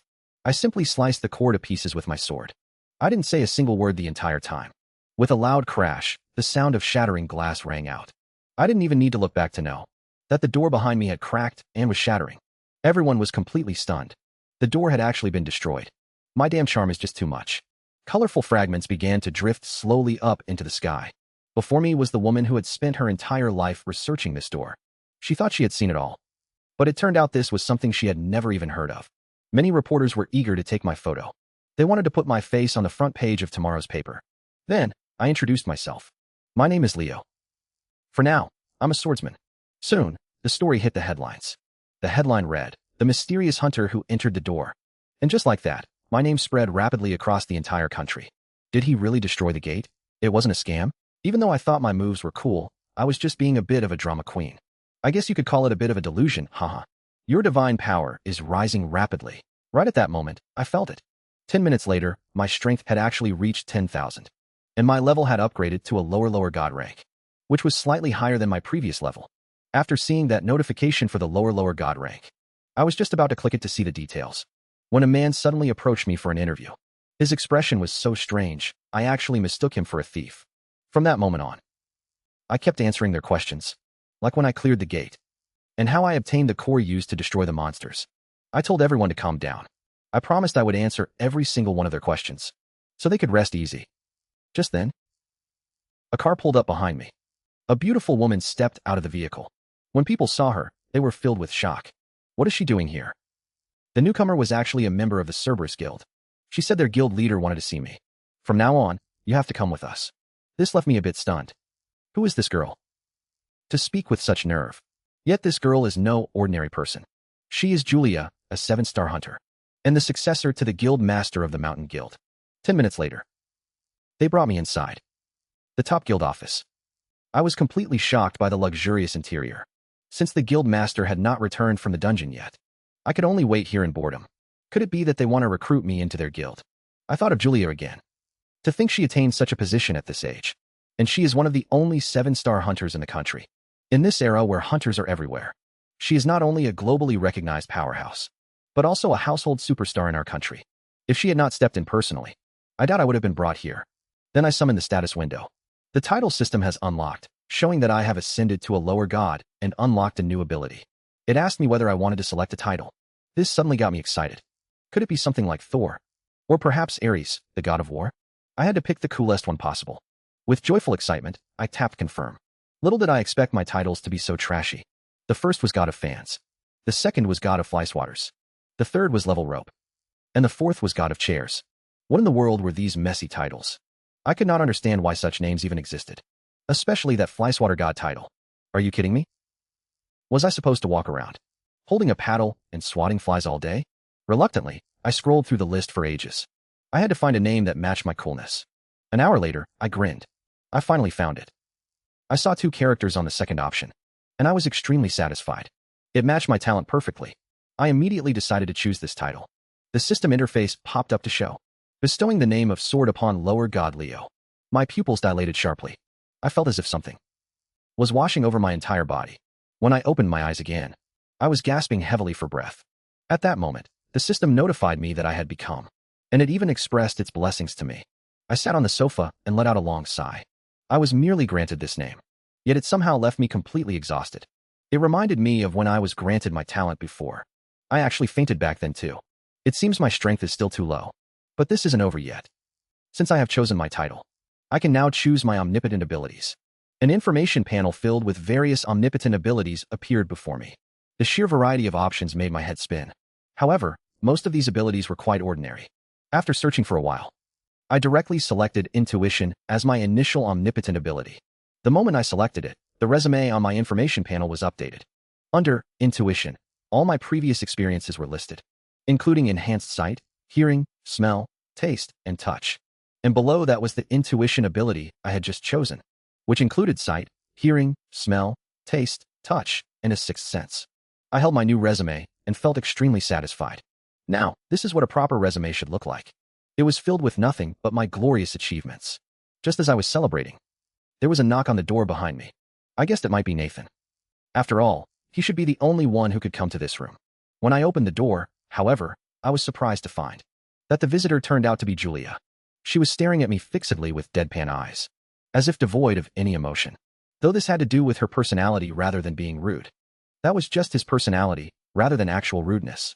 She came this time wanting to take up some of my time to talk about something. I gave a dull nod. Did you need something by coming to see me today? At that moment, from his pocket, he pulled out a card bearing a fierce tiger, claiming that Chairman Nathan had asked her to hand this card over to me. This was an exclusive access pass for the military guild. With this item, I would be able to use all the service facilities and training halls in the guild. This made me wonder if Uncle Nathan really planned to invite me to join the guild. I let out an awkward chuckle. Thank you, and please thank Uncle Nathan for me too. Seeing him show no reaction, I spoke up once more. I even reminded him explicitly. I just thank you. Are you not going to react at all? I thought to myself, what is wrong with this person? Not showing any reaction at all. And it was so awkward. Could it be that this guy is just bad at chatting? I always felt there was a story behind Julia's gaze. Just as I was getting ready to let him leave, Snow behind me suddenly opened her eyes wide. The next moment, Snow looked as if she had seen, and leaped into Julia's arms like it had found a precious treasure. This left my eyes wide open in shock. Why are you acting so rude, you little guy? I hurriedly apologized to Julia. My pet is usually not like this. Instead, Julia just flashed a gentle smile and said it was fine. She said she really liked pets. This left me somewhat dumbfounded. I never expected that she wouldn't be angry at all. Not only that, she even took out a treat from her pocket to feed Snow. It seemed she really liked her. This made me recall our time at the hospital last time, when Snow wouldn't even spare a glance at my mother's hospital visitors. I had no idea why she liked Julia so much. According to reason, Snow was a very proud pet. Then Julia stayed right outside my doorway playing with Snow for 2.5 hours. Only then did she finally get ready to leave. After seeing Julia off, I returned to the sofa. Thinking back, I still felt a bit nervous. Snow actually seemed to like Julia quite a bit, to the point of casually eating things given by a stranger. It seemed she really was bewitched by her appearance. Right at that moment, my eyes suddenly widened. I suddenly realized what felt off just now. Right when we said our goodbyes, I remember Julia telling Snow that they'd see each other next time. But before that, he had already mentioned Snow's name. A cold sweat broke out on my forehead. I'm pretty sure I never mentioned Snow's name. That means there are two possibilities. First, he's been stalking us for a while, and has dug up all our information. Second, he has some kind of ability I'm not aware of. Then, an unlikely thought crossed my mind. Maybe he's from the divine realm, and had already met Snow before. But out of these three options, I'm leaning toward the first one. He's probably just a stalker. What a shame. To be that handsome and still be a stalker. Just then, a notification appeared on my system panel. A moment later, the notifications wouldn't stop. I was almost driven crazy by the noise. It turned out the part-time job listings I'd saved had been updated. I immediately became interested. I figured I'd check if there were any suitable jobs. The job description said, I'm going to Olympus on a business trip and will be leaving the underworld for 3 days. I need someone to feed Cerberus. The employer was Hades. Leaving the underworld for 3 days requires a divine power of over 10,000 and experience. Take good care of Cerberus during this time. It is a very, very relaxing job. Personal insurance is complete, so Hades. Salary is 200 Hades coins plus another 200 Hades coins. Just take good care of Cerberus during this time. Why are there no applicants at all? I will double the salary and provide full personal insurance. Employer note, my dog does not bite. I will double the salary again. This completely stunned me. It actually has double the salary added. It looks like this is not the time to deal with that stalker. Thinking of this, I immediately confirmed the task. I must hurry over and take care of Hades' little puppy. Meanwhile, in the divine realm, a beam of light suddenly descended from the sky. Every time I get teleported over, I feel dizzy and lightheaded. I really need to get used to this teleportation method. At that moment, I felt blinding lights shining right on my face. I thought to myself that this person had no manners at all. When I finally saw his face, I got the shock of my life. I never knew anyone could look this ugly. I was so startled my facial expressions completely broke. I immediately jumped to my feet and assumed a defensive stance. If he dared to make a move, I would definitely make him regret it. The man slowly spoke up. Turns out you are not a wandering soul. Then how did you get here? You must know this is the river Styx. All the dead have to cross this place to reach the underworld. Living people are simply unable to cross this river. How on earth did you get here? That was when it finally dawned on me. The river Styx. Could he be Sharon the ferryman from the myths? I gave an awkward smile. I have something important to do. Can you take me across the river? Sharon said sternly. What business does a little brat like you have? Get lost right now. Go right back where you came from. I could not help but exclaim. Hades told me to come here. And this is how you treat me? Hearing me casually drop his master's name, he immediately came over and warned me. He told me not to talk nonsense. Otherwise, he'd cut out my tongue. Then, he summoned a reaper's scythe in his hand. He gave me one last warning that I had to return to Earth immediately, or he would kill me. He glared at me with a look of pure malice. You might be a lower god, but lower gods killed by this scythe don't even count. He brandished the scythe and told me to stop talking nonsense. This was my last chance. Kid, you'd better be smart and get out of here. I just snorted, not taking him seriously at all, and even gave him the middle finger. A mere guard dog dares to act tough in front of me? This absolutely infuriated him, and he immediately swung the scythe at me. Swoosh. Just as the blade was about to fall, I moved, dodging the attack with a simple tilt of my head. To me, his movements felt incredibly slow. Right then, I summoned snow, and with a loud bang, I slammed it hard into him. This time, I didn't summon a sword, but a club. His eyes widened in shock, wondering how I could possibly have such a thing. I just chuckled. So you've heard of this thing, huh? This was given to me by Hephaestus. Hearing the name Hephaestus, he gnashed his teeth in anger. Of course he knew this was Hephaestus's mallet, the guy who defeated him as a mere human, and made it across the river alive. Seeing him muttering to himself about this, I immediately used the mallet to give him a hard whack on the head. I did not have time to listen to his nonsense. I was very busy right now, and he needed to take me across the river immediately. Hearing that he still wanted to ask me for a fare, I flashed a sinister smile. It turns out you were quite the tough guy to beat. A moment later, I finally crossed the river, and even thanked him for being so kind to ferry me over. Little did I know that this guy had quietly picked up a sickle behind my back and wanted to ambush me. Just as he was about to bring the sickle down on my head, my eyes widened abruptly. This feeling was indescribable, as if I could foresee something that was about to happen. And this sensation was my omnipotent intuition. Right after that, amidst my dazed gaze, my body instinctively dodged the attack. This gave the boatman a huge scare. He had ambushed me so carefully, yet I still managed to dodge it. I chuckled. So this is the power of intuition. It felt like my body was reacting faster than my brain. Little did he know, the ferryman was absolutely terrified by now. I turned around and gave him a wicked smile. Looks like I can't let you off the hook. I'll have to teach you a lesson. The ferryman was so scared he started sobbing. Wait. That was my mistake. I was wrong. I apologize. 2.5 seconds later, I stepped ashore and clapped my hands. I can't believe I wasted so much time on such a trivial matter. By then, the ferryman had already been beaten black and blue. He was probably clinging to his last breath. Just then, a woman's voice came from behind me. Are you here to take care of Cerberus? I turned around to see a woman with blonde hair and red eyes standing behind me. She looked stunning in a long dress. She was the goddess of flowers and the underworld. She said gently, Nice to meet you. My husband was throwing a fit earlier because no one would take the quest. If you hadn't come. I was a bit confused by this, but I still politely greeted her. And then I introduced myself. Yet in my mind, I could not help wondering why she was Hades' wife. Yet she was too afraid to feed Cerberus. Before I could think any further about it, the true main character was about to make an entrance.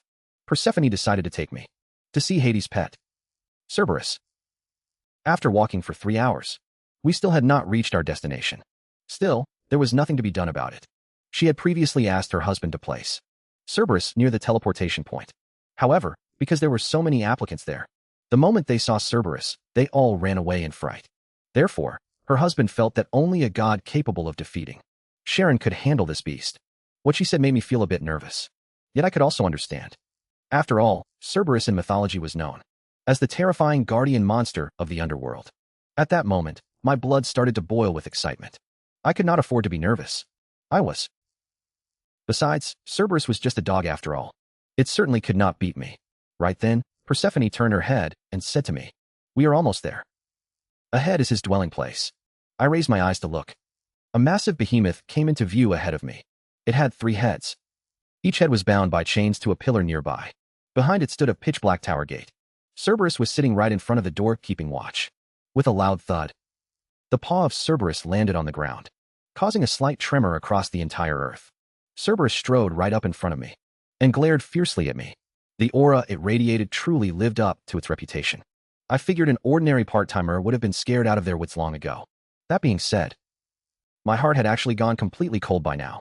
If not for this freelance task, and if not for Hades adding that note at the end, stating that his pet dog does not bite people, I would not have misjudged the situation entirely. Suddenly jolted back to reality by Persephone beside me, I awkwardly said I was fine. She handed me a note, telling me to read the precautions written personally by her husband before I started working. This gave me a lot more peace of mind.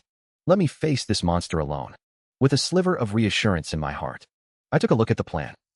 After all, Hades must have made some arrangements, and would surely not let me run into any risks. Additional precautions for when Cerberus guards the gates of the underworld include what to watch out for when it lies on the ground. The notes showed that Cerberus is usually very gentle, but warns about times when it lies down, stands up, sits, or yawns. Feeding it makes it especially easy to hurt people, and when it licks its front legs, or when it yawns, I must be careful, and make sure not to get bitten by it. Then came the other precautions. It listed what to look out for when Cerberus sits, licks its front legs, or yawns while standing. Above all, I must never make eye contact with it. After reading through the information, I immediately slammed the notes onto the ground. What kind of sick joke is this? Isn't he just sending me to my death? Beside us, Persephone gave an awkward smile. He even organized the schedule for the whole day. Look, my husband wrote this himself. There is definitely no mistake. Then I picked up the schedule to check the rest of it. Finish dinner, go for a walk. Finish dinner, go for a walk. After reading it, I was furious. Walking after breakfast could only be done inside the underworld. I doubted whether I could even survive the very first breakfast. At that point, I could no longer hold it in. I immediately tore his schedule to pieces. What kind of joke is this guy playing? How am I supposed to take this guy for a walk? The job posting clearly said I only needed to feed him. How is this any different from a shady boss? I suddenly had the urge to quit and get my money back. Persephone said to me, "You can leave now if you want." Though she was a bit worried for me, because the previous applicant had tried to run away. He was caught by my husband on the road and dragged back to the underworld. If you want to run, you had better leave right now. If you get caught by her husband, I might end up getting all my limbs torn off. Hearing her words scared me out of my mind. Now I could not feed the dog, and I could not run away. What on earth should I do? Left with no choice, I could only tape the schedule back together. Then I kindly asked him what I should do first. Persephone pointed at the cart nearby. Did you see the chunks of meat that the sprite moved out of that warehouse? You need to bring over 4 pieces of meat. Then I followed his instructions. And now he told me just to throw each piece of meat to Cerberus. I chuckled. It was so fierce to me just a moment ago. Now it turned into a little puppy upon seeing meat. This task did not seem so difficult after all. Then I teased all 3 dog heads like playing with a puppy. Do you want to eat meat? You had better listen to me well. Seeing Cerberus like this reminded me of when I used to work part-time at a pet cafe. Large dogs can be cute too. Comparing them like this Cerberus did not seem any different from the Labrador's back on Earth. I squatted on the ground and patted it, telling Cerberus to sit down. Only if you behave. Will I give you something good to eat? Then the next moment, Cerberus directly slammed a paw onto the ground. Dust from the ground scattered all over my body. Persephone could not bear to watch any longer. She burst out laughing. She found it amusing, thinking this new applicant was quite interesting. No one had ever dared to speak to Cerberus like that before. She said to me, "You will never be able to tame him. This Cerberus only listens to my husband." That finally explained why no one else came to apply for the job. Afterward, the 3-headed dog scratched its chin with its paw and stared at me intently, wanting to eat the meat in my hand. Seeing this situation, I could no longer hold back my anger. My earlier display had made me look so ridiculous. I immediately picked up a piece of meat and fiercely hurled it towards Cerberus. "Since you want to eat so badly, then I will feed you." That piece of meat slammed heavily right into the face of the middle head. This left the other 2 heads looking rather dazed. Then, the other 2 heads actually showed human-like expressions of excitement and mocked the one in the middle. They seemed to say, "You actually got attitude from a lower-tier god." Before their laughter could fade away, I quickly threw 2 more pieces of meat at them and said, "I am so sorry. I didn't control my strength very well just now." Cerberus seemed to understand me. He began to howl. In an instant, he leaped up heavily. I felt a powerful gust of wind blowing straight at my face. This guy's aura was incredibly powerful, but I didn't budge an inch. If I took even one step back, I'd lose. Even though Cerberus was ferocious, I was just as furious at that moment. In this state, I decided to go head-to-head with Cerberus. Cerberus was yanked back violently by the iron chains on the pillar. He couldn't move forward another inch. That's when I grinned. It looks like this is as far as your arrogance goes. I reached out and tapped his teeth. Your head is tied up by a chain. What can you even do while you're angry? What can you possibly do to me? Go on, come over here and bite me. However, in the next moment, I regretted my recklessness. The moment Cerberus kicked the ground, the chains on his head actually showed signs of loosening and breaking. Luckily, I reacted in time. Otherwise, he would have trampled me to death. Cerberus let out a roar that echoed through the entire underworld. That gave me a huge scare. I pleaded, "Big dog brother, could you just calm down for a second? I will feed you lots of meat later." When I stood up, I was amazed to find that the chain had actually broken. Left with no choice, I had to start running. After all, getting bitten by that hound was no laughing matter. Persephone was speechless, never expecting that chain could snap. Yet I told her that now was not the time for sighs, and urged her to think of a way out fast. Seeing that Persephone was also unable to stop Cerberus from moving, I immediately grabbed her hand and ran for my life. If we did not run, I really would become Cerberus's next meal. I glared fiercely at Cerberus, shouting, "I was only making a small joke, so why did you want to bite me to death?" Persephone noticed a wound on my arm and told me to go back so she could bandage it up for me. However, I began to question her. Why did the iron chain suddenly snap? Even poor quality has its limits. However, this was his first time encountering such a thing. He had never heard Hades mention it before. Soon, both of us were targeted by Cerberus. Persephone told me to stay close behind her, since she was the queen of the underworld after all. With her here, it would not dare to attack me casually. Yet when I turned my head, I was shocked to find that this three-headed hound had already opened its bloody maw, ready to swallow me whole. This made me feel that Hades and his wife were completely unreliable. One claimed their dog does not bite people. The other claimed their dog would not attack me casually. And both statements proved false. In this critical moment, I immediately pushed Persephone aside and began cursing fiercely at Cerberus. "You actually dare to bite your master's wife. You must have a death wish." Then I immediately summoned Snow and prepared for battle. The club in my hand slowly materialized. The next moment, I gathered 10 layers of power in the air, intending to strike down. While down below, Cerberus was staring blankly at me, seemingly waiting for me to land. I let out a cold snort. My eyes were filled with endless killing intent. "You guys better bite down hard. Little puppies, if you break your teeth.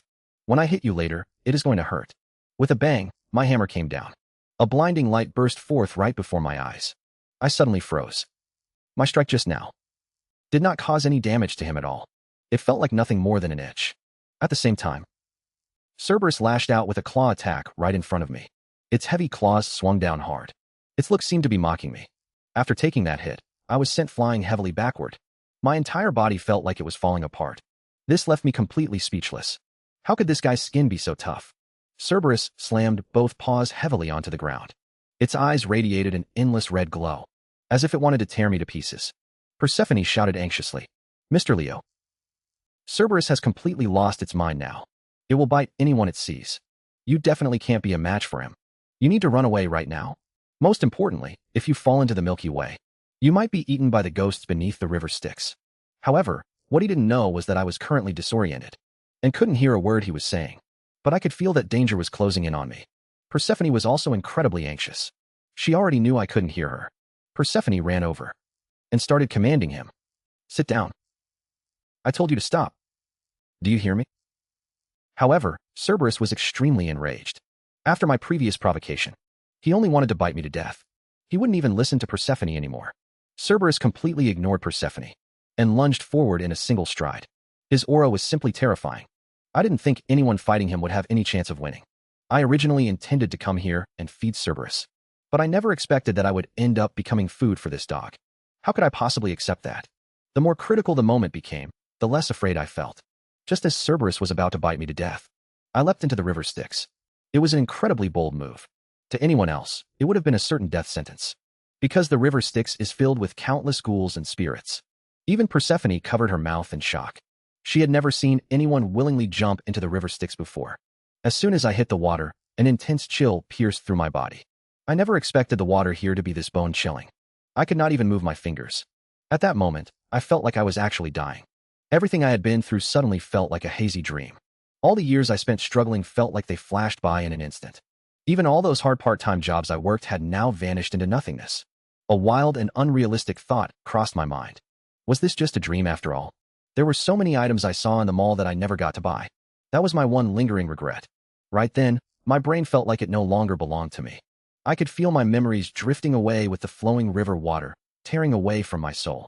I slowly reached out my hand. I finally understood what this moment was, a literal flash of my life before death. Through my blurred vision, I saw Snow jumping into the river Styx as well. I tried to tell her not to come over. Otherwise, she would end up just like me, completely paralyzed and unable to use any strength. Ultimately, she would just drown here with me, and that was where my final thought faded away. I told Snow that she had to survive. Afterward, she could return to Hephaestus. Once Snow reached my side, she took a heavy breath. Then she bit down hard on my nose. Her sharp teeth sank straight into my nasal bone. Not only did she refuse to stop, she bit down even harder. This was happening inside the river Styx, where any wound on the body would be magnified countless times. I turned my head to look, and the ghosts behind me were already reaching out to pull me down. This made my consciousness start to blur. Right now, I had no idea what to do. Before losing consciousness, I suddenly thought of the dwarf chief and the skill called Dwarf Hammer that I had seen when I opened my system panel earlier. For some reason, Snow suddenly began to transform into that weapon in my hands. With a swish, I quickly swung the hammer in my hand to beat away those hands. I had no idea where I suddenly got the strength to swing such a heavy hammer. Unknowingly, I had activated my skill.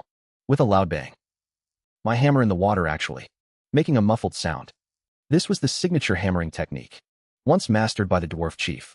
They spent thousands of years honing this skill through relentless pounding inside the blacksmith forge. Realizing I was not to be trifled with, all those ghostly hands slowly retreated. Just at that moment, I ran out of strength and felt like I was suffocating to death. I quickly made Snow revert to its original form. Then we both thrashed about, with all our might, desperate to get back to the surface. 10 seconds later, Snow and I finally broke through the water. Just then, I honestly thought I was a goner. Luckily, smart little Snow bit my nose, stimulating my nerves through the sharp pain, and snapping me back to my senses. Just as I was breathing a sigh of relief from escaping death, a massive dark shadow suddenly loomed overhead. That shadow belonged to none other than Cerberus. It had become my nightmare on dry land. I thought I was finished. I had just crawled out of the river Styx, and now I had zero energy left to dodge its attack. Right as those jaws were about to strike me, I wore an expression of pure shock. Was I really going to die right here? With a snap, one of the heads of Cerberus clamped down on my body. At that moment, my head started spinning, and I felt like I was truly about to die. But in the next instant, I was stunned. I didn't seem to be dead. In fact, I couldn't feel any pain at all. Beyond that, I noticed the system panel displaying a message. It said the buff from the river Styx was activating. The effect would last for hours. Then, all sorts of immunity statuses began to appear. Could this all be thanks to the water of the river Styx? At the time, I didn't even understand what was happening. I had no idea it had such an effect. Why had I never heard of this before? There is an ancient legend in the underworld. It says that anyone who bathes in the river can become an invincible warrior. To make her son the strongest warrior, the goddess of water dipped him into the river. However, the ankle his mother held didn't touch the water. That spot later became Achilles' fatal weakness. Because of that, he had to use half his strength just to protect his ankle. Thinking back to this ancient legend, I remembered that my whole body was just submerged in the river water. Could it be that I am already invincible now? Meanwhile, outside, seeing Cerberus bite down on my upper body completely terrified Persephone. Persephone immediately ran forward and grabbed my arm, trying to pull me out. However, for some strange reason with this Cerberus, it bit down on my body stubbornly and refused to let Persephone pull me away. An hour later, Cerberus finally spat me out from its mouth. Persephone shouted anxiously, "Are you all right, husband?" She must have let him teach me a lesson. At this moment, Snow and I shared only one feeling, which was that after spending an hour inside the mouth of Cerberus, we felt completely stinky all over. This Cerberus seemed like it had never brushed its teeth since birth.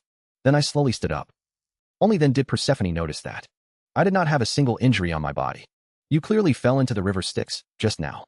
Why were you still able to climb out?" "Actually, I do not know why either. I just feel like it was not difficult at all. It was really easy to climb back up out of the water. I had just swung my hammer a few times inside the box." Hearing that I came out of the underworld so easily, Persephone was completely dumbfounded. She had never seen anything like this before. Before I could even speak, my arm was grabbed by another head of Cerberus. Then they started shaking and thrashing my body back and forth. Persephone widened her eyes in shock once more, terrified that something might happen to me again. As for me, I just boredly yawned. "Are you done yet? How do you like me as your teething toy?" It turned out that over the past hour, It had been using my head as a teething toy, yet I felt neither pain nor itching, leaving Persephone completely beyond shock. How could anyone possibly be completely fine after being bitten by Cerberus? Something extraordinary must have happened during all this. Could it be that he received an immortal blessing? Meanwhile, I casually started chatting with Cerberus. I am the one who tried to feed you, even if you refuse to eat. How about we go for a walk, little doggy? Right now, I was not afraid of Cerberus at all. At the same time, the buff from the underworld river and the blessing of immortality still has 57 minutes remaining. That means I am in a completely invincible state for these 57 minutes. Cerberus glares at me fiercely. It cannot understand how the human in front of it could possibly have such a powerful physical body, to the point where even its teeth cannot bite through. Thinking of this, Cerberus grows a bit afraid. Cold sweat actually drips down its brow. I sigh helplessly. You know glaring at me is useless, so why keep doing it? If you act like this again, I am not taking you for a walk. Hearing my threat, the little dog freezes for a moment. Then Cerberus sighs as well. If it does not go out for a walk, it might actually die of boredom. Then it turns around and walks away, no longer showing any hostility toward me. Seeing it suddenly become obedient, I feel like it is somewhat similar to the dogs at the pet store. After all, I often deal with dogs at pet stores. Then Cerberus picks up the iron chain in its mouth and tosses it to me. Its attitude is already very obvious. It wants me to take it for a walk. Its eager look leaves me somewhat at a loss. You were not acting like this toward me just a moment ago. Still, I do not say much more to it. After all, a dog is still a dog. It loves playing more than anything. 3 minutes later, I prepare to take Cerberus out for a walk. At that moment, Persephone stopped me and said, "So you must be very quick while walking it." I chuckled and said, "You don't need to worry about that. Because I used to work at a pet cafe, and lots of giant dogs there were walked by me." However, right as I finished speaking, I felt my vision blur. In an instant, my entire body flew up into the air. I tried using my chin and my ears to brake, but none of that could hold back Cerberus ahead. Cerberus was dragging my body like a dead dog, walking me instead of me walking it. Right at that moment, the system panel suddenly popped up a message. The lightning speed skill has been generated, triggered by running at 100 kilometers per hour for 3 minutes. I never expected to actually achieve this. But at a time like this, how could I possibly care about any skill? I simply had no way to control the Cerberus up ahead. That was when Persephone came to my side, asking me with great curiosity what I was doing. "Weren't you walking the dog? How did the dog end up walking you?" Then, after learning about my situation, she started teaching me how to use divine power to strengthen my muscles. Only by doing this could I plant my feet and avoid being dragged away by the hound. I could not really understand what she was saying, because I had no training in divine power at all. What I really wondered was how she managed to keep up with my speed. She said that Cerberus was much stronger than I imagined, and my own strength was simply not enough to hold it back. Persephone was totally speechless. Why are you still not using your divine power? Do you really want to be dragged to death by this Cerberus? Suddenly, I remembered the job posting from earlier. The requirement for divine power was over 10,000. And there was also experience required in raising spiritual beasts. So divine power could actually be used like this. Unable to care about anything else now, I shouted and asked Persephone how on earth I was supposed to use this divine power. Persephone froze in shock. Could it be that you actually have no idea how to use divine power? When I told her that I did not know, Persephone stared in blank disbelief. Could anyone in this world be that foolish? Probably not. Yet right here in front of her, just such a fool had appeared, taking on a mission without even knowing how to use divine power. Was this guy an idiot? She stood right where she was and demanded loudly, "If you do not have divine power, why would you take the mission?" I told her to stop worrying about that and teach me how to use it right now. Besides, when is that Cerberus ahead going to stop running? If it does not stop soon, the fierce wind is going to blind me. Persephone caught up to me again and urged, "Try to recall what it felt like when you used omnipotence." As she spoke, sweat poured down her face. Things could easily go wrong if this kept up. I told her to explain in more detail, because I could not understand what she meant, and then I calmed my mind and thought back carefully. When I fought Sharon earlier, I seemed to have activated my omnipotence without even thinking. That sense of seamless flow, just thinking about it now makes me feel incredibly satisfied. Persephone's voice echoed in my ears once again. Imagine there is a flow of water inside your body that you can control however you wish. I did exactly as she said. When I opened my eyes again, they were glowing. Not only that, but a golden light actually appeared on my arms. I began to lift my feet and slowly planted them firmly on the ground. I tried to hold Cerberus steady.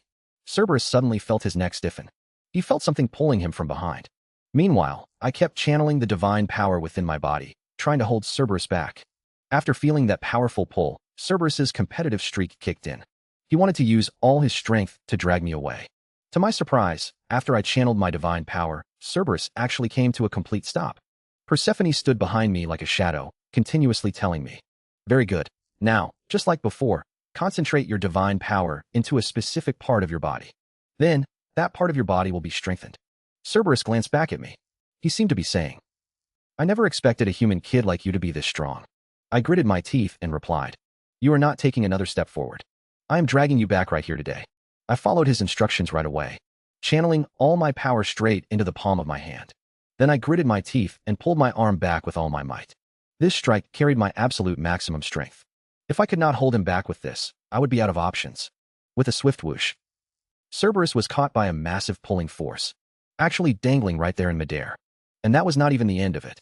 I instantly spun around and hit him with a shoulder throw, pouring every ounce of my strength back into my arm. This sight left Persephone completely dumbfounded. It was her first time seeing Cerberus in such a miserable state. With a loud crash, after my swing, Cerberus was heavily slammed into the ground. Even the ground itself was smashed into a massive crater.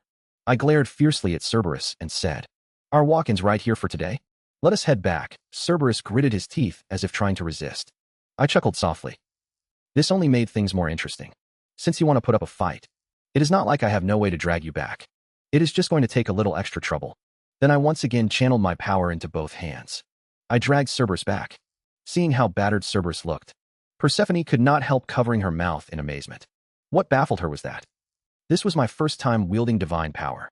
Yet I could already pull off a feat like this. No wonder you dared to take on this assignment. This task must be an absolute breeze for you.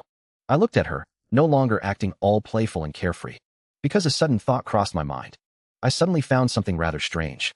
Since she was clearly so powerful, why didn't she take action herself? Even a low-ranking deity like me could handle Cerberus. So I decided to voice my question to her. Why didn't you ever? I figured that if she had stepped in, she could have subdued the beast with ease, without needing to hire someone else for the job at all. Wasn't this just a pure waste of money? Hearing my words, a dazed look appeared in her eyes. Are you even hearing yourself right now? That is the legendary Cerberus we are talking about. Then Persephone began to explain her limitations. I was somewhat doubtful about what kind of limitations she could possibly have. No matter what the restriction is, it cannot possibly make her weaker than a lower god like me. It turns out this Cerberus is the guardian of the underworld. Not only does it stop powerful gods from invading and returning to reality, it also wards off overly curious gods, and she is included among them. In other words, Cerberus counters her. The most important point is that Persephone has a single wish, which is to return to reality. That is a thought one must never harbor within the underworld. After listening to Persephone's story, I finally understood. She was bound inside the underworld, unable to deal with. Only a rare few gods like me, permitted by Hades, could deal with all of it. Thinking about it this way, I suddenly remembered a passage from myth. I remember Hades fell in love with the beautiful Persephone at first sight, and brought her to. I used to think this story was absurd, but I never expected it to be true. Imagining her passing all these years here, she must have lived through profound loneliness. Thinking about it, she is quite pitiful. Stuck here with Hades, having only the river water and that hound for company. No wonder he wanted to return to the mortal realm. I clenched my fists. I could not pity him. Persephone's husband was none other than Hades, the brother of the supreme god Zeus. If I helped him, I would be defying divine might. People would die for that. Besides, I had no way to help him return to the mortal realm anyway. That was when Snow suddenly ran to my side, barking angrily. I had almost forgotten about him for a moment. A moment later, I led them to the gates of the underworld. Cerberus froze when he saw what was ahead. His expression changed instantly, staring fiercely at the front, and telling everyone to back away. I could not see what was in his eyes, so I thought this crazy dog was acting up again. In reality, that was not the case. Cerberus was actually driving away wandering souls. Even though he seemed unreliable, he was actually very dedicated to his duty. His strength was also formidable. However, precisely because of that, Persephone could never leave the underworld. Persephone turned to me and said, "Tie the chain to the pillar and you can go rest. Your work for this morning is done." Yet at that moment, thoughts raced through my mind. Hades actually let a dog monitor a god. It seems Hades is a pretty straightforward guy. I then tied the chain to the pillar. I have no idea why he insists on having a dog that only listens to him. Just then, my interface suddenly popped up. My omnipotent intuition had been activated. That's when I noticed something was off about the pillar in front of me. I felt like there was something hidden inside it. That blinding light was definitely unusual. I gradually channeled the divine power within me into the palm of my hand. Persephone turned to me and said my work for the morning was finished. So, let's go grab some food together. But when she turned back, she saw that I was actually punching the pillar. This gave her a huge shock. Until now, no god had ever dared to touch this pillar. Then, with a crash, I pulled a collar out from inside the pillar. The moment Persephone saw the collar, she was completely stunned. I scratched my head a bit awkwardly. I thought you guys had something valuable in here. I'm really sorry for breaking your pillar. What I had just retrieved was Cerberus's collar. It's the collar Hades used to train Cerberus. With it, one can command Cerberus at will. Persephone looked completely bewildered. She couldn't believe Hades had hidden the collar in such an obscure place. Persephone asked me how I found it. I told her it was my sixth sense. But then again, is this collar really that special? You seem to think it's quite important. Persephone slowly replied. This is no ordinary collar. As they say, Cerberus is the symbol of the underworld. And since this collar can command Cerberus, it means you can command the entire underworld. But to me, this collar is no different from a regular dog collar. In truth, I was thinking that if I could use this thing, my work would be much easier. But since it belongs to Hades, I probably can't use it. After sensing my thoughts, Persephone fell into deep thought. Then, she slowly spoke. You can use this. This left me a bit confused. Are you telling the truth? If I use this collar, can I really finish the task so easily? Persephone waved her hand dismissively. I did not find it for you. You found the collar yourself when you smashed the stone pillar. This has nothing to do with me. Besides, my husband often encouraged me to dig out this collar. Is this not perfect timing? What is more? My husband also said that if I really found the collar, he would let me boss Cerberus around. I could not miss this chance to make my work easier. I gripped the collar tightly in my hand. I decided to use it from now on, to control Cerberus and finish the tasks. I immediately told Cerberus to lie down at once, so I could put the collar on him. And he had better obey me honestly. Cerberus let out a helpless sigh. He clearly did not want to wear the collar. However, I threatened him instead. Have you not been taught a harsh enough lesson by me yet? You should know that you can't outrun me either. Hearing my threat, Cerberus put on a fierce expression. But after I gave him a beating, he obediently listened to me. He quietly put on the collar. Once the collar was on, I suddenly felt like he was more like the dogs from the pet shop I used to have. It would have been so much better if he had been this well-behaved from the start. Then I grinned. I already had a wonderful idea for how to play with him. I don't even know where I found it, but I immediately put a red hat on his head. I shouted, I choose you. Then, I kept telling Cerberus to sit and lie down. Sit, lie down. But Cerberus didn't complain at all. Not only that, I even made Cerberus roll over on the ground. I burst out laughing. I didn't expect Cerberus to have such a cute side. And this was his punishment for biting and tugging at me. Until I say it's okay, just keep your head against the door and reflect on your actions. I chuckled. This way, I can easily finish the job this time. I took my reward and left. Right at that moment, Persephone quietly walked up behind me. She looked at me with a gloomy expression. Then she gently tapped me on the shoulder. I laughed awkwardly and said, Did you see that? Cerberus completely takes orders from me now.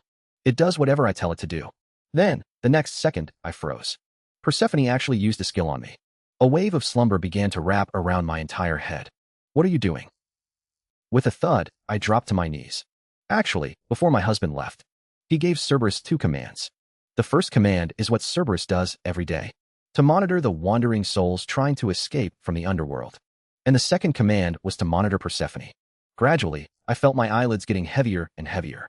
They grew so heavy that I was about to pass out. I looked up at the blurred figure. She said to me that she would return to the underworld before her husband came back. Then she turned around and left without looking back. That was when I finally understood what Hades was really thinking. He did not care about the underworld at all. His only priority was Persephone. I had to stop him from descending to the mortal realm. However, I was growing sleepier by the second. I could not just let him leave like that. Otherwise, I would be completely doomed. I had no idea how much time had passed. When I opened my eyes again, I saw Snow standing right in front of me. Suddenly, I snapped fully awake. Realizing the terrifying consequences of this situation instantly drove away all my sleepiness. I immediately asked Snow how long I had been asleep. I also wanted to know if Hades had returned in the meantime. Turning my head, I discovered that Persephone was nowhere to be found. She must have slipped down to the mortal realm while I was asleep. Cold sweat drenched my entire body in sheer panic. If Hades found out about this, he would skin me alive. I checked the buff from the river Styx water and saw that 5 minutes remained. That meant I had been asleep for over 40 minutes. I quickly turned to Cerberus. I have to step away for a moment. You must make sure everything stays secure here. Keep a close eye on the gates of the underworld. Normally, because Persephone is being monitored by Cerberus, she wouldn't be able to leave the underworld. But today is different.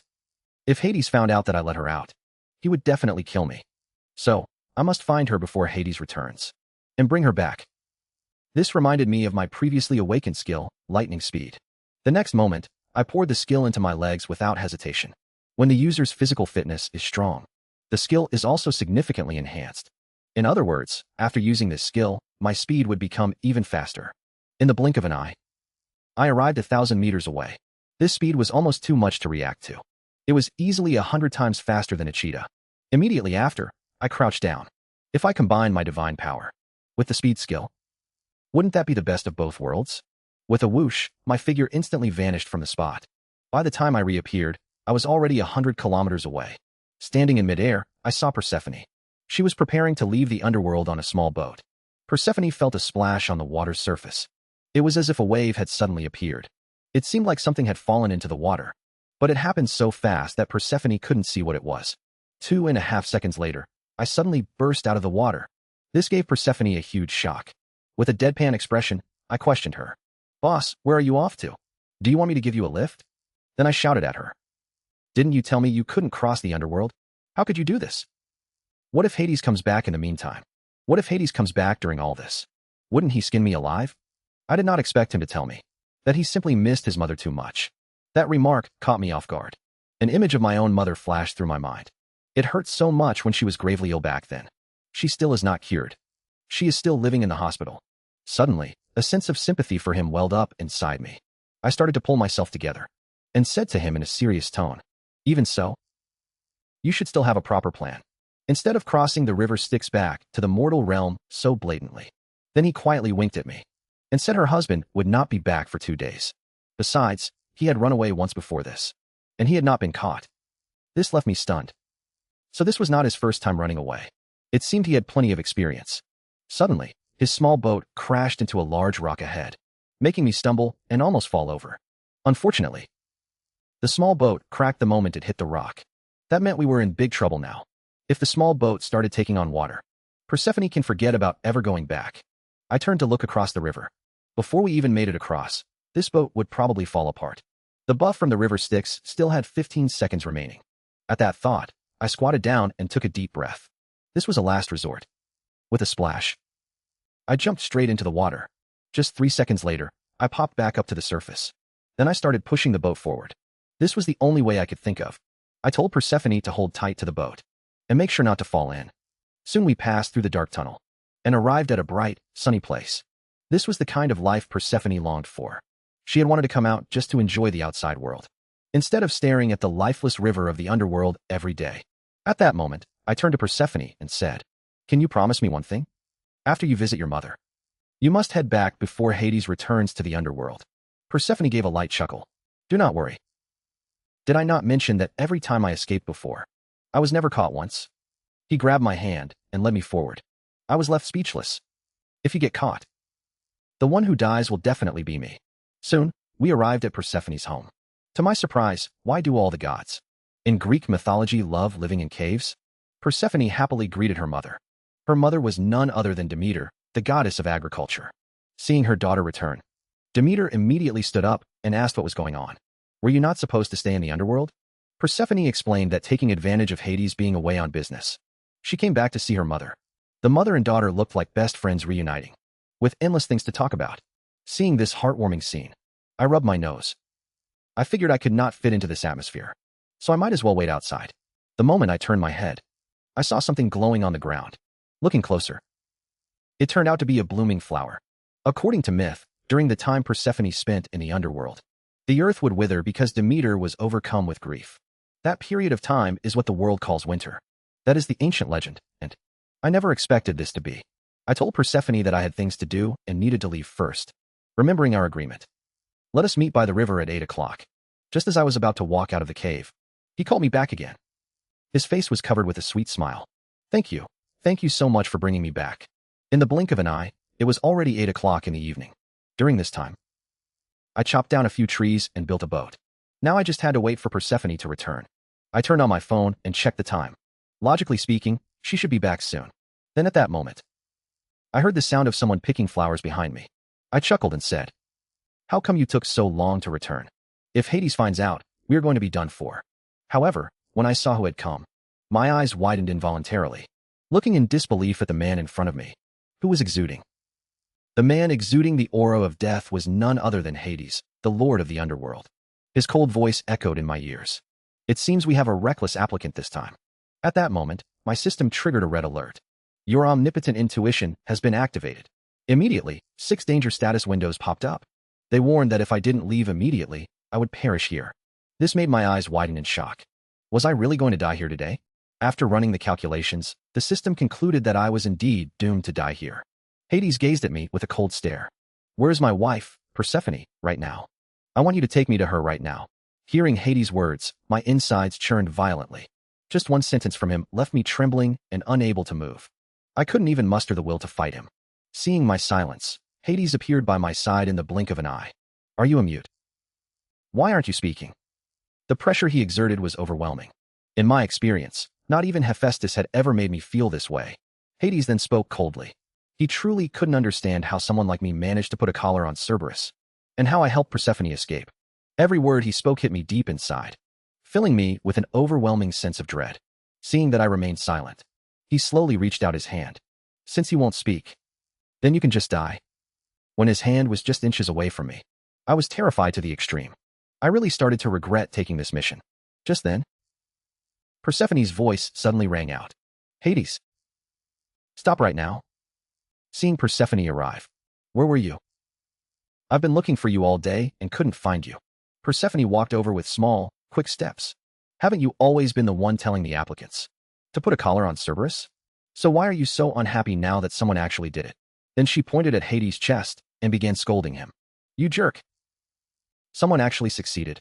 So why are you trying to kill him instead of thanking him?" From Hades clearing his throat and his overall reaction, I can tell he is a bit scared of his wife. "I get it, but you sneaking out without a word." Even though Persephone made a mistake as well, she refuses to admit it. She glares at Hades, asking what she did wrong. She went to see her mother. What is wrong with that? Hearing his wife explain herself, Hades immediately softens up. "Even so, you still should have told me." If she had to report every little thing to him, would she not look like a child? Watching this scene makes me want to laugh. Hades is completely at a loss for what to do. Just how much does he adore his wife? I guess Hades is just a hopeless romantic. A gift box suddenly appears in Persephone's hands. She says slowly, "I still have a lot to say to you. You should send the candidates over now. We will talk about it after I get back from the underworld." Then she tossed the gift box right into my hands. She claimed this was a special form of compensation. It was considered something extra on top of my reward. Hades widened his eyes in disbelief. What is the meaning of this? I was not planning on letting him off the hook yet. And what on earth is even packed inside this box of yours? Persephone could not be bothered to entertain him. "What I decide to give away is none of your business. You are such a stingy guy." Afterward, Persephone reached out and poked me on the head. "I will make sure your salary gets sent over. So do not go reporting him through the system.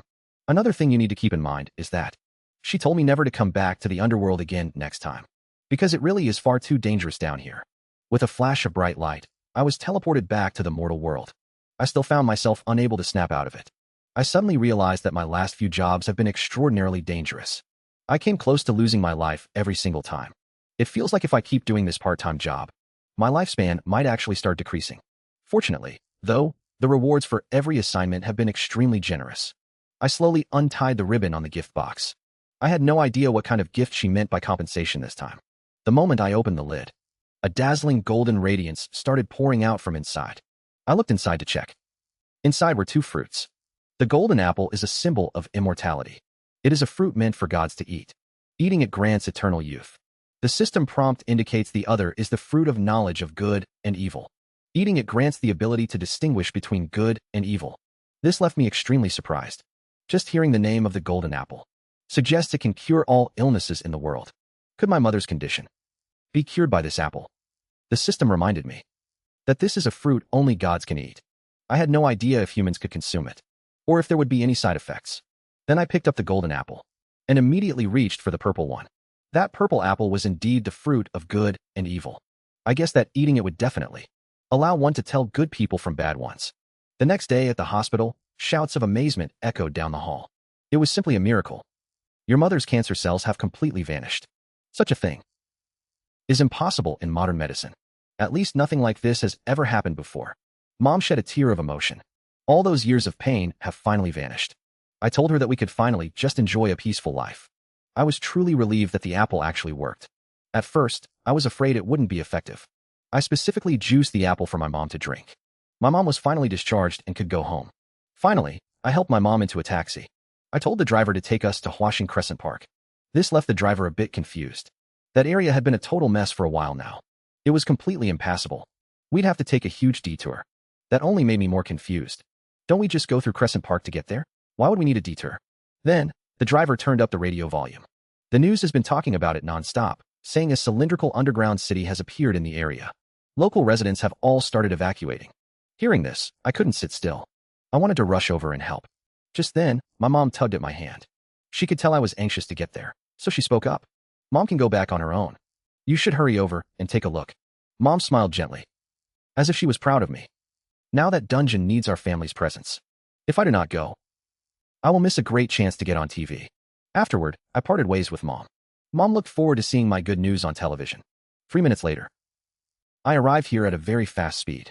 When I saw the huge cylindrical tower ahead, I marveled at how spectacular this dungeon was. I guess they must have stayed up all night to build it. Then I summoned Snow. If you are ready, we will tackle this dungeon together. Then I recalled my part-time work. Because before entering the dungeon, I had to buy something from the divine shop.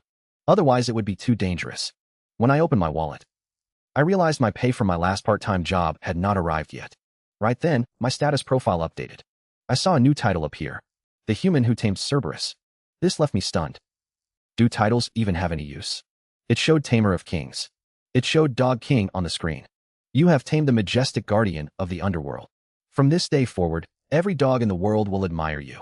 Congratulations, you have been promoted to Dog Commander. I was completely speechless. Who on earth would want to be a Dog Commander? Whoever wants it can have it. Because I certainly don't. Just as I was thinking about this title, suddenly, a man shouted, "Over here." I quickly reached out to stop them, telling them they had the wrong person and that it wasn't me. But when I looked closer, I realized he was actually talking about Julia. She was currently surrounded by a crowd of reporters. Your clear rate is over 90%, and you only tackle complex places like the Labyrinth Dungeon. What is the reason for you coming in person this time? Listening to the reporters' questions, I felt a bit awkward. Turns out they were not asking me just then. It was Julia instead. Good thing nobody noticed me.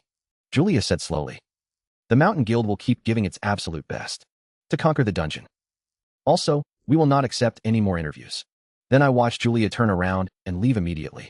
She had zero intention of dealing with the reporters. At that, I pulled my hat down lower and planned to follow. I could not afford to waste any more time. Soon, the whole group walked right into the dungeon. From their conversation, you could tell. They already knew what kind of monsters were inside. Word was that it is Cerberus.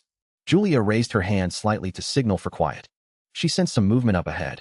Two of her subordinates were still whispering amongst themselves, wondering if they had annoyed Lady Julia, because they were too loud just now. A long-haired guy stepped forward and called out to Julia. That was when he noticed something was wrong. He felt like Julia was acting a bit different than usual, even though, in his impression, she never had much to say anyway. It was his first time seeing her. With an expression like the one today, he immediately cast his gaze toward the depths of the area. Some dark smoke was drifting out from inside. Julia said in a deep voice, "They are here. Get ready for defense." Hearing that, the two people beside him were stunned. Even the man with long hair earlier lost his composure. He never expected the incoming creatures to be greyhounds. Rumor has it that even a minor graze from their toxic fangs leads to death within 10 minutes. They are canine monsters with extremely potent poison. The most terrifying thing about the greyhounds is this venom. Just a tiny drop means absolute destruction. Seeing this, Julia also drew her heavy weapon. It seems a troublesome fellow has arrived. Lifting his gaze, 4 or 5 greyhounds stood right before him. Julia told those unsuited for close combat to fall back. The rest would stay and fight alongside her. Right at that moment, my voice suddenly rang out. This gave the long-haired man a huge scare. Who on earth is joking around at a time like this? Step out right now. His subordinate raised a hand and pointed, saying the voice seemed to come from behind the greyhounds. As both sides stood in a standoff, my figure slowly walked out from the shadows. I was dressed completely in black, with a greyhound crouching right in front of each of my feet. Perched right on my cuff was a moonlit fox resting there. Harry stared in disbelief. He never expected all those greyhounds to be tamed by me. They had no idea whether I was a human-shaped monster or a monster-type human, without knowing my identity. No matter what the case was, it was bad news for them. Harry stepped in front of Julia, telling her to back up first. After all, the captain did not need to fight right from the start. Then he shouted aloud, "Who on earth are you? Why are you here? And are you even human or a monster?" I slowly walked forward and told him to put down his sword. If he accidentally scared all my dogs, they would be the ones in big trouble. When he saw my actual form, he was even more stunned. The opponent turned out to be a human after all. Yet how could a human quickly keep a large pack of greyhounds as pets? Meanwhile, I noticed a greyhound had somehow appeared right behind Julia. My eyes widened at the sight. If it launched a sneak attack now, success would be guaranteed. Seeing this, I instantly activated Swift as lightning. In a tenth of a blink, I appeared right in front of Julia. The long-haired guy was incredibly shocked. This person's speed was definitely above their president's level. After grabbing Julia, I immediately landed a punch on this greyhound. I shouted, "You guy, why are you so disobedient?" I saw my interface display my title. The physical contact effect was activated, and the number of followers following me was 32. The title effect activation condition is physical contact. Now I have gained one more obedient greyhound. I turned my head to look at Julia. I sensed that something was a bit off about her. Soon after, I noticed that she was wearing a blue bracelet on her hand. It turned out everything was just as I thought. I chuckled, "Miss Julia, we are meeting again." My expression turned extremely stern. Right away, I asked her where she got that bracelet. Julia told me to let go of her hand. With so many people watching, it was quite embarrassing. Indeed, my current posture really looked a bit like a proposal. Down on one knee, holding the other person's fingers and grasping them affectionately. All of this felt just like something people are supposed to do. Harry immediately took out his phone to record this juicy piece of gossip. Who would have expected to witness a proposal down in the dungeon? I thought to myself that I was doomed. It looked like I was going to waste some time explaining this. The only reason I grabbed his hand just now was because his bracelet was an exact match to the one worn by Hades' wife. After taking 2 full minutes to explain what had just happened, I summoned all of my clones into a neat row. I started assigning tasks to these utility dogs. Numbers 1 through 10 head to the east to dig. Then the rest of the dogs just need to follow and assist them. You must remember one important rule above all else. That is, we must prioritize safety while we are working hard. Even though you are just dogs, safety always comes first. This whole spectacle left everyone in his guild completely dumbfounded. Moments later, these dogs were working like crazy. Soon enough, one of the dogs dug out some red crystals. I patted its head and praised it for doing a good job. Let us put the crystals aside for now. Seeing such obedient dogs actually following my every command and acting so exceptionally cooperative towards me, they all found it rather unbelievable. Harry even felt like his old eyes were finally failing him. After a moment, he spoke up and said, "Shaolin, that ability of yours is really impressive. Where on earth did you manage to get this power from?" This caught me completely by surprise. Wouldn't most ordinary people assume that this talent of mine was just something I was born with? How could anyone think I acquired this ability?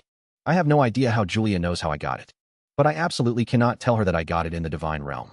So, I went into full-on deception mode. How could you say I got it? I was born with this ability. Also, I want to ask you something. Where did you get that bracelet? But Julia didn't remember, as she had been wearing it for many years. I asked her again where she bought it.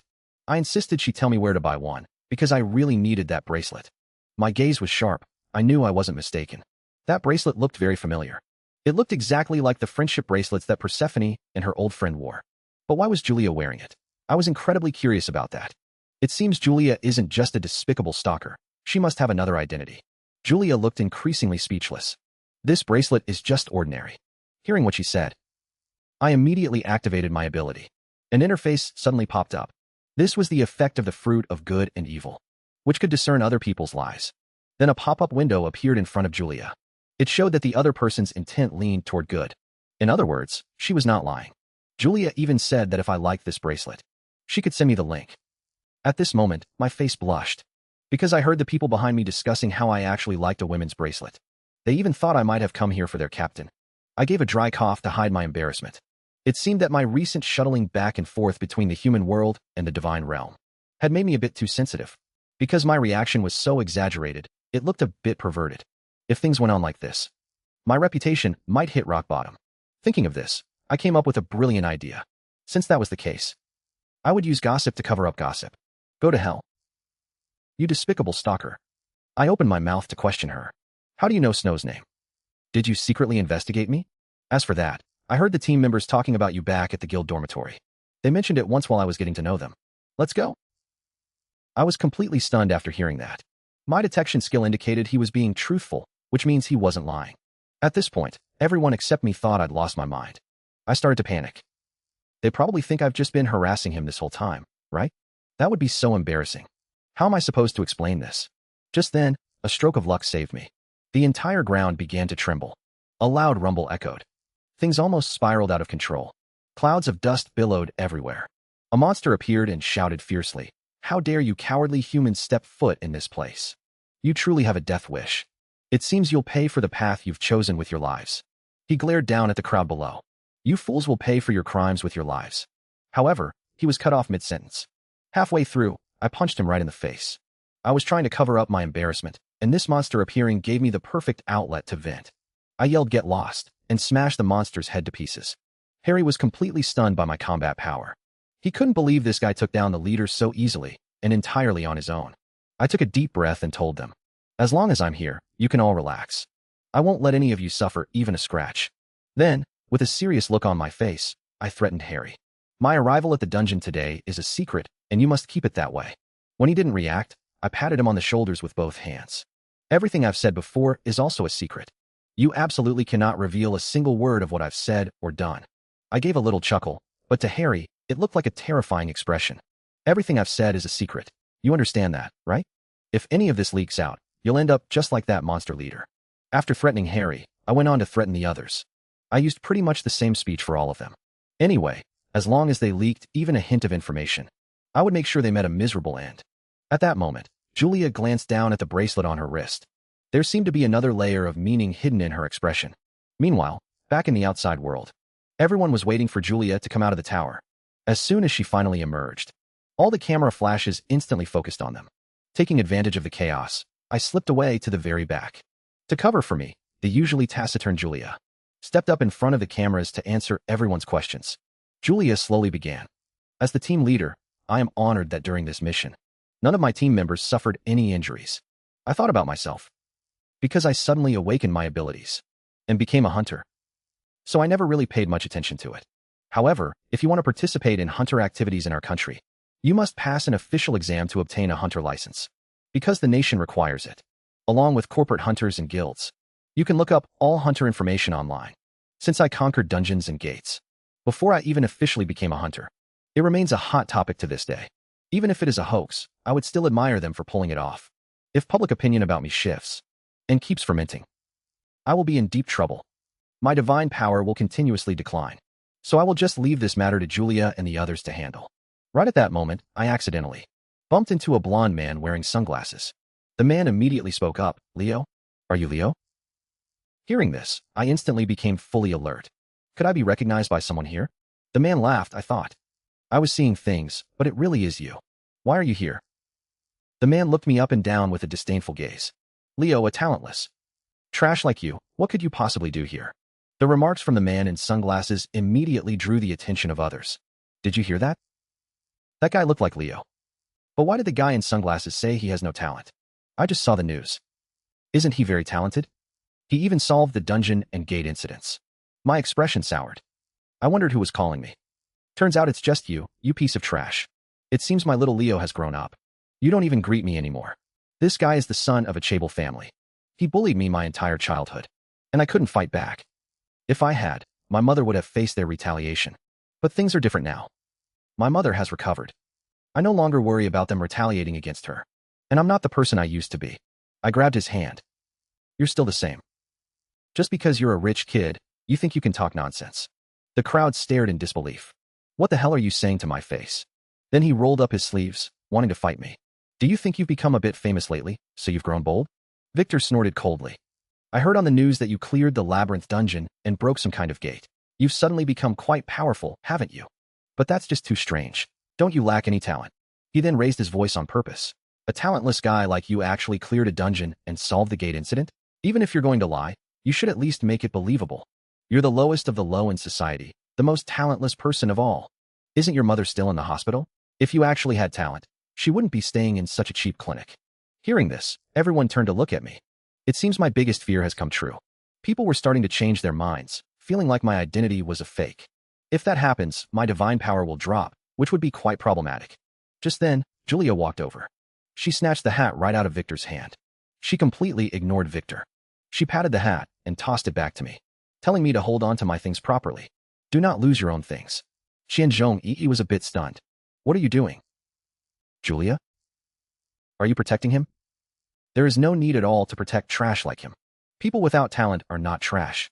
And can you take responsibility for what you just said? Qianzhong pointed and asked. What responsibility? Do you know him well? Do you understand him as much as I do? This guy is just a fool. He does not have any talent at all. He was bullied pretty badly by me back at school. After hearing his words, Julia turned to look at me. However, she did not plan to say anything. This left me very confused. What on earth is Julia trying to do here? Could it be that she wants me to prove myself? The next moment, a golden light glowed beneath my feet. Gusts of wind stirred under me. In the blink of an eye, I actually teleported right above Qianzhong. This left him looking somewhat dazed. When did this guy get so powerful? He clearly had no talent before, so he could not believe his senses. I felt that what he was saying was a bit long-winded. I really did not want to waste any more time on him. Then I waved my hand. I will be leaving first. You can keep shouting over here. After experiencing the incident with the villain, I realized something. That was I needed to obtain my hunter qualification as soon as possible. Just then, I heard there was a hunter qualification exam today, so I applied for it in advance. Walking outside, I found that a row of black cars had been waiting here for a long time. I rolled down the car window to take a look. Unexpectedly, it was Julia. This made me a bit awkward. I had originally planned to go alone. However, since she drove here personally to pick me up, it was not easy for me to refuse her. A moment later, I handed Snow over to her to take care of, and thanked her for bringing me here specially. This was the venue for our hunter exam. There was an endless stream of people taking the exam. There were at least 300 people. However, not many of them would succeed. What I did not expect was that Julia not only did not leave, she actually followed me here. I have no idea what she is up to. She spoke leisurely, asking why I was being so relaxed. She explained that she was totally free with no schedule today, and just wanted to watch me take the exam. Hearing that, I awkwardly chuckled. Are we even that close? When did you become so outgoing? She replied that since we are about the same age, becoming friends should be fine. I checked her intentions, and they leaned toward kindness, meaning she meant well. Seeing she had no malicious intent, I finally relaxed. Since that is the case, let us leave it at that for now. Soon, I was called. The loudspeaker told me to go for the physical test. I turned to Julia and said, I am heading in for the exam and will be right back. During this time, please take good care of Snow for me. Watching Julia give a blank nod, I suspected she came here specifically for Snow in the first place. He did not show any suspicious behavior, and the system kept indicating his goodwill, so leaving her in his care should be fine. A clicking sound rang out. As I prepared to start the test, the broadcaster continued. Participants can only use the equipment provided by the venue, and we ask for your understanding. Then I came to the barbell area to begin the physical strength test. Right at that moment, I suddenly felt the barbell was unbearably heavy, completely exceeding my physical limits. I could not lift it with my strength alone. My arms let out a creaking sound. What kind of basic strength test was this? It turned out that all of this was the result of someone playing a prank, telling me that if I wanted to stand out, I should weigh my own capabilities first. At the same time, a malicious prompt popped up on my system interface, and this malice came directly from the prankster. That weight was actually a full ton, something completely impossible for human strength to lift. The malicious examiner pointed at his watch. I advise you to lift it quickly, my old friend. If you cannot lift it even once, you will be automatically eliminated. Hearing his words, I let out a long sigh. I originally wanted to obtain the qualification certificate in a low-profile manner. Since that is the case, I can no longer hide my strength. Divine power condensed on my feet. The examiner was still waiting here to make a fool of me, without noticing the change in my feet at all. The next moment, I directly lifted the barbell on my body. The broadcast prompted that my lower limb strength was 6 stars. In addition, my upper limb strength and my core waist strength were also 5 stars. Next was the whack-a-mole game to test my explosive power. Without any surprise, my explosive power was also 6 stars. This gave the examiner a huge shock. This guy actually has such strong strength? How is this possible? Why was he so mediocre back in school? He immediately threatened the staff member to interrupt the test immediately. However, what he did not know was that unless the machine malfunctions, the test cannot be interrupted. Their conversation was clearly heard by me. Someone shouted, "Do you think his score is normal? How can this be? Is tons of strength something a human can lift?" 2.5 hours later, I completed the basic physical test. My final score was 6 stars for lower body strength. Upper body strength was also 6 stars. Flexibility was 4 stars. Besides that, core agility and burst were all above 6 stars. After passing the test, I came to a testing hall. An instructor was explaining things here. Congratulations to all prospective hunters for successfully completing the first round of testing. The second round of testing is about to begin. He slowly pressed the switch in his hand. This round tests our team collaboration ability. This is the most important virtue. The next moment, everyone dropped down below. Personal equipment is prohibited in this test. You can only use the equipment provided by the venue to fight. Note that the scores obtained from killing other groups' monsters will not count toward the team total. I looked down and found many monsters waiting for us below. These monsters were all low-level monsters. Merfolk monsters, which had come from above a month ago. The merfolk tried to kill the bald guy, Ben, with its weapon. With a loud clash, Ben struggled to block the merfolk's attack, but he was no match for it. Just as a powerful attack was about to land, I dashed forward and stepped in front of the merfolk to block the blow. I told Ben to get up quickly. Otherwise, it would be too dangerous. I parried the merfolk's attack and told them to leave this to me. Get back and stay safe, I said. I shifted my sword to my shoulder. Just as the merfolk charged, I thrust my sword forward. The merfolk was sent flying over 10 meters away. Although I dealt with one quickly, the merfolk in other areas were slaughtering the candidates with ease. Soon, 2 of the examinees were overwhelmed. Seeing this, I crouched down to build up my power. I had to take out that merfolk. With a whoosh, I launched a swift strike and took out 3 merfolk at once. But this was only the beginning. The 2 people I just saved were completely confused, unable to wrap their heads around what was happening. Ben slowly explained. Candidate 117 killed them all. It's all thanks to him. That was the only way we made it through this round of testing. At that moment, the examiner was watching my test content closely. He pulled a bottle of red potion from his pocket. Without hesitation, he poured it straight down the throat of the shark monster. After drinking the potion, the shark monster's eyes suddenly bulged wide. At the same time, I felt an intense wave of killing intent. As I turned around, an attack struck me out of nowhere. I had no choice but to hastily raise my sword to block. With a loud crash, that strike from the monster sent me flying backward. This level of power was definitely not something I could withstand casually. I immediately steadied my stance and assumed a counterattack posture.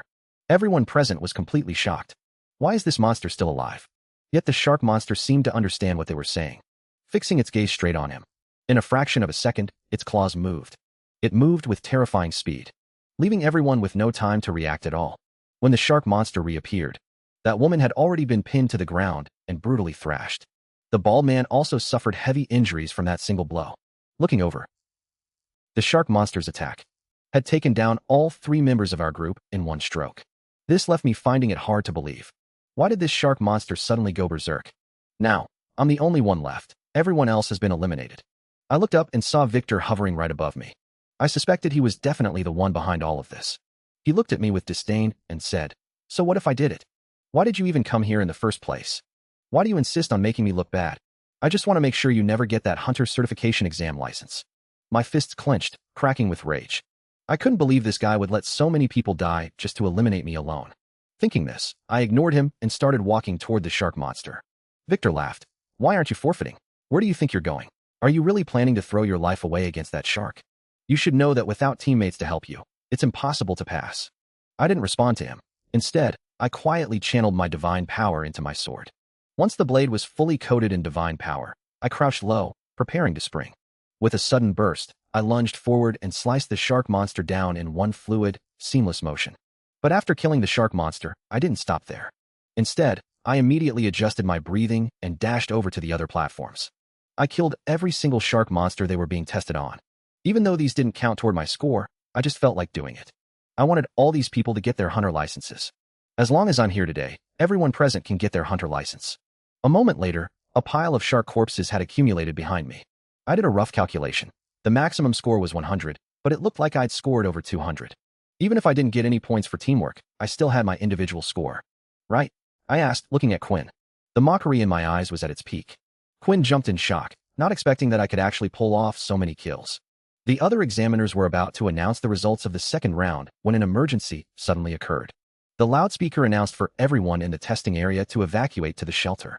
At the same time, a massive tsunami suddenly rose from the sea. If we didn't escape in time, the entire area would soon be submerged. And if that happened, no one would survive. I cursed under my breath. Damn it. I can't believe this is happening right now. Now I have to go out and check what exactly is going on. Then, I leaped up and landed on the magic circle. This gave him a cold sweat. Your move just now almost got me killed. Do you have any idea how dangerous that was? What a complete jerk. The next moment, I was back on the ground. I looked up, and the sight completely shocked me. It made me feel absolutely insignificant. Behind me, the waves had already breached the Great Wall and were flooding in. If this keeps up, everyone here will die. No one will be able to escape. Just then, a system interface appeared before my eyes. It showed that the sender was Persephone. Sorry to keep you waiting. Your salary has been deposited. This sudden message left me stunned for a few seconds. But I quickly snapped out of it. I immediately started scrolling through the system store to see if there was anything useful. A moment later, I gave a mysterious smile. It seems this payment arrived just in time. I spotted an SS rank skill called Wave Slasher in the store. This sword technique is incredibly powerful, capable of slicing through ocean waves. It cost 200 Hades. Right at this critical moment, Snow suddenly ran over. This really surprised me. Wasn't Snow with Julia? How did she suddenly end up here? But the urgency of the situation didn't leave me much time to wonder. I had to resolve this as quickly as possible. I immediately had Snow transform into a long sword in my hand. Now it was time for us to fight side by side once again. I slowly rotated the sword in my hand. Even though my movements were slow, they still left afterimages. SS rank skill, activate. I'll use this skill to slice through the tsunami. With a sharp slash. Golden streaks of lightning flashed in my eyes. You could tell from my expression that I was completely calm and composed. A perfect sword arc sliced through the sky. The waves in the air were sliced clean in half. At that moment, I finally realized just how powerful I had become. If I did this a few dozen more times, I could push the seawater back, and then everyone below would survive. But just as I was getting carried away, the seawater I'd just sliced suddenly splashed right in my face. It made me cough. I really can't afford to be careless. The loudspeakers sounded again, warning that a second tsunami was likely and instructing all candidates to gather at the shelter. My heart sank. I'd heard that the second wave is far more massive than the first, and is usually preceded by a brief period of calm. Sure enough, after the first tsunami subsided, the sky became incredibly clear. It was the classic calm before the storm. Just then, I glanced over and saw the system interface pop up. It was an emergency recruitment notice from Poseidon. The notice was for the Dragon Palace repair team. Damage to the Dragon Palace's boundary had caused continuous tsunamis to erupt in the human world, which is why they needed emergency support. The broken barrier of the Dragon Palace caused a series of endless tsunamis. So that was how these tsunamis were created by the divine realm. It seemed that tsunamis would not stop until this barrier was repaired. Whether it was the dwarves stealing my gear or Persephone trying to slip away and escape. These people were simply total troublemakers. I immediately decided to accept the quest. It was truly a helpless move. My body was instantly teleported inside the Dragon Palace. Observing carefully in front of a statue, I arrived. I found that I could breathe freely inside the Dragon Palace without any assistance. Just then, I heard movement behind me and turned my head to look. To my surprise, it turned out to be Hephaestus. I never expected we would meet again in this manner. Seeing the Moon Lake artifact, Hephaestus missed it dearly and tried to tease it. However, the Moon Lake seemed unwilling to bother with him because he was no longer its master. This left Hephaestus feeling extremely downcast. It seemed that after being apart for so long, it no longer liked him. I could only explain that it was just being a bit shy.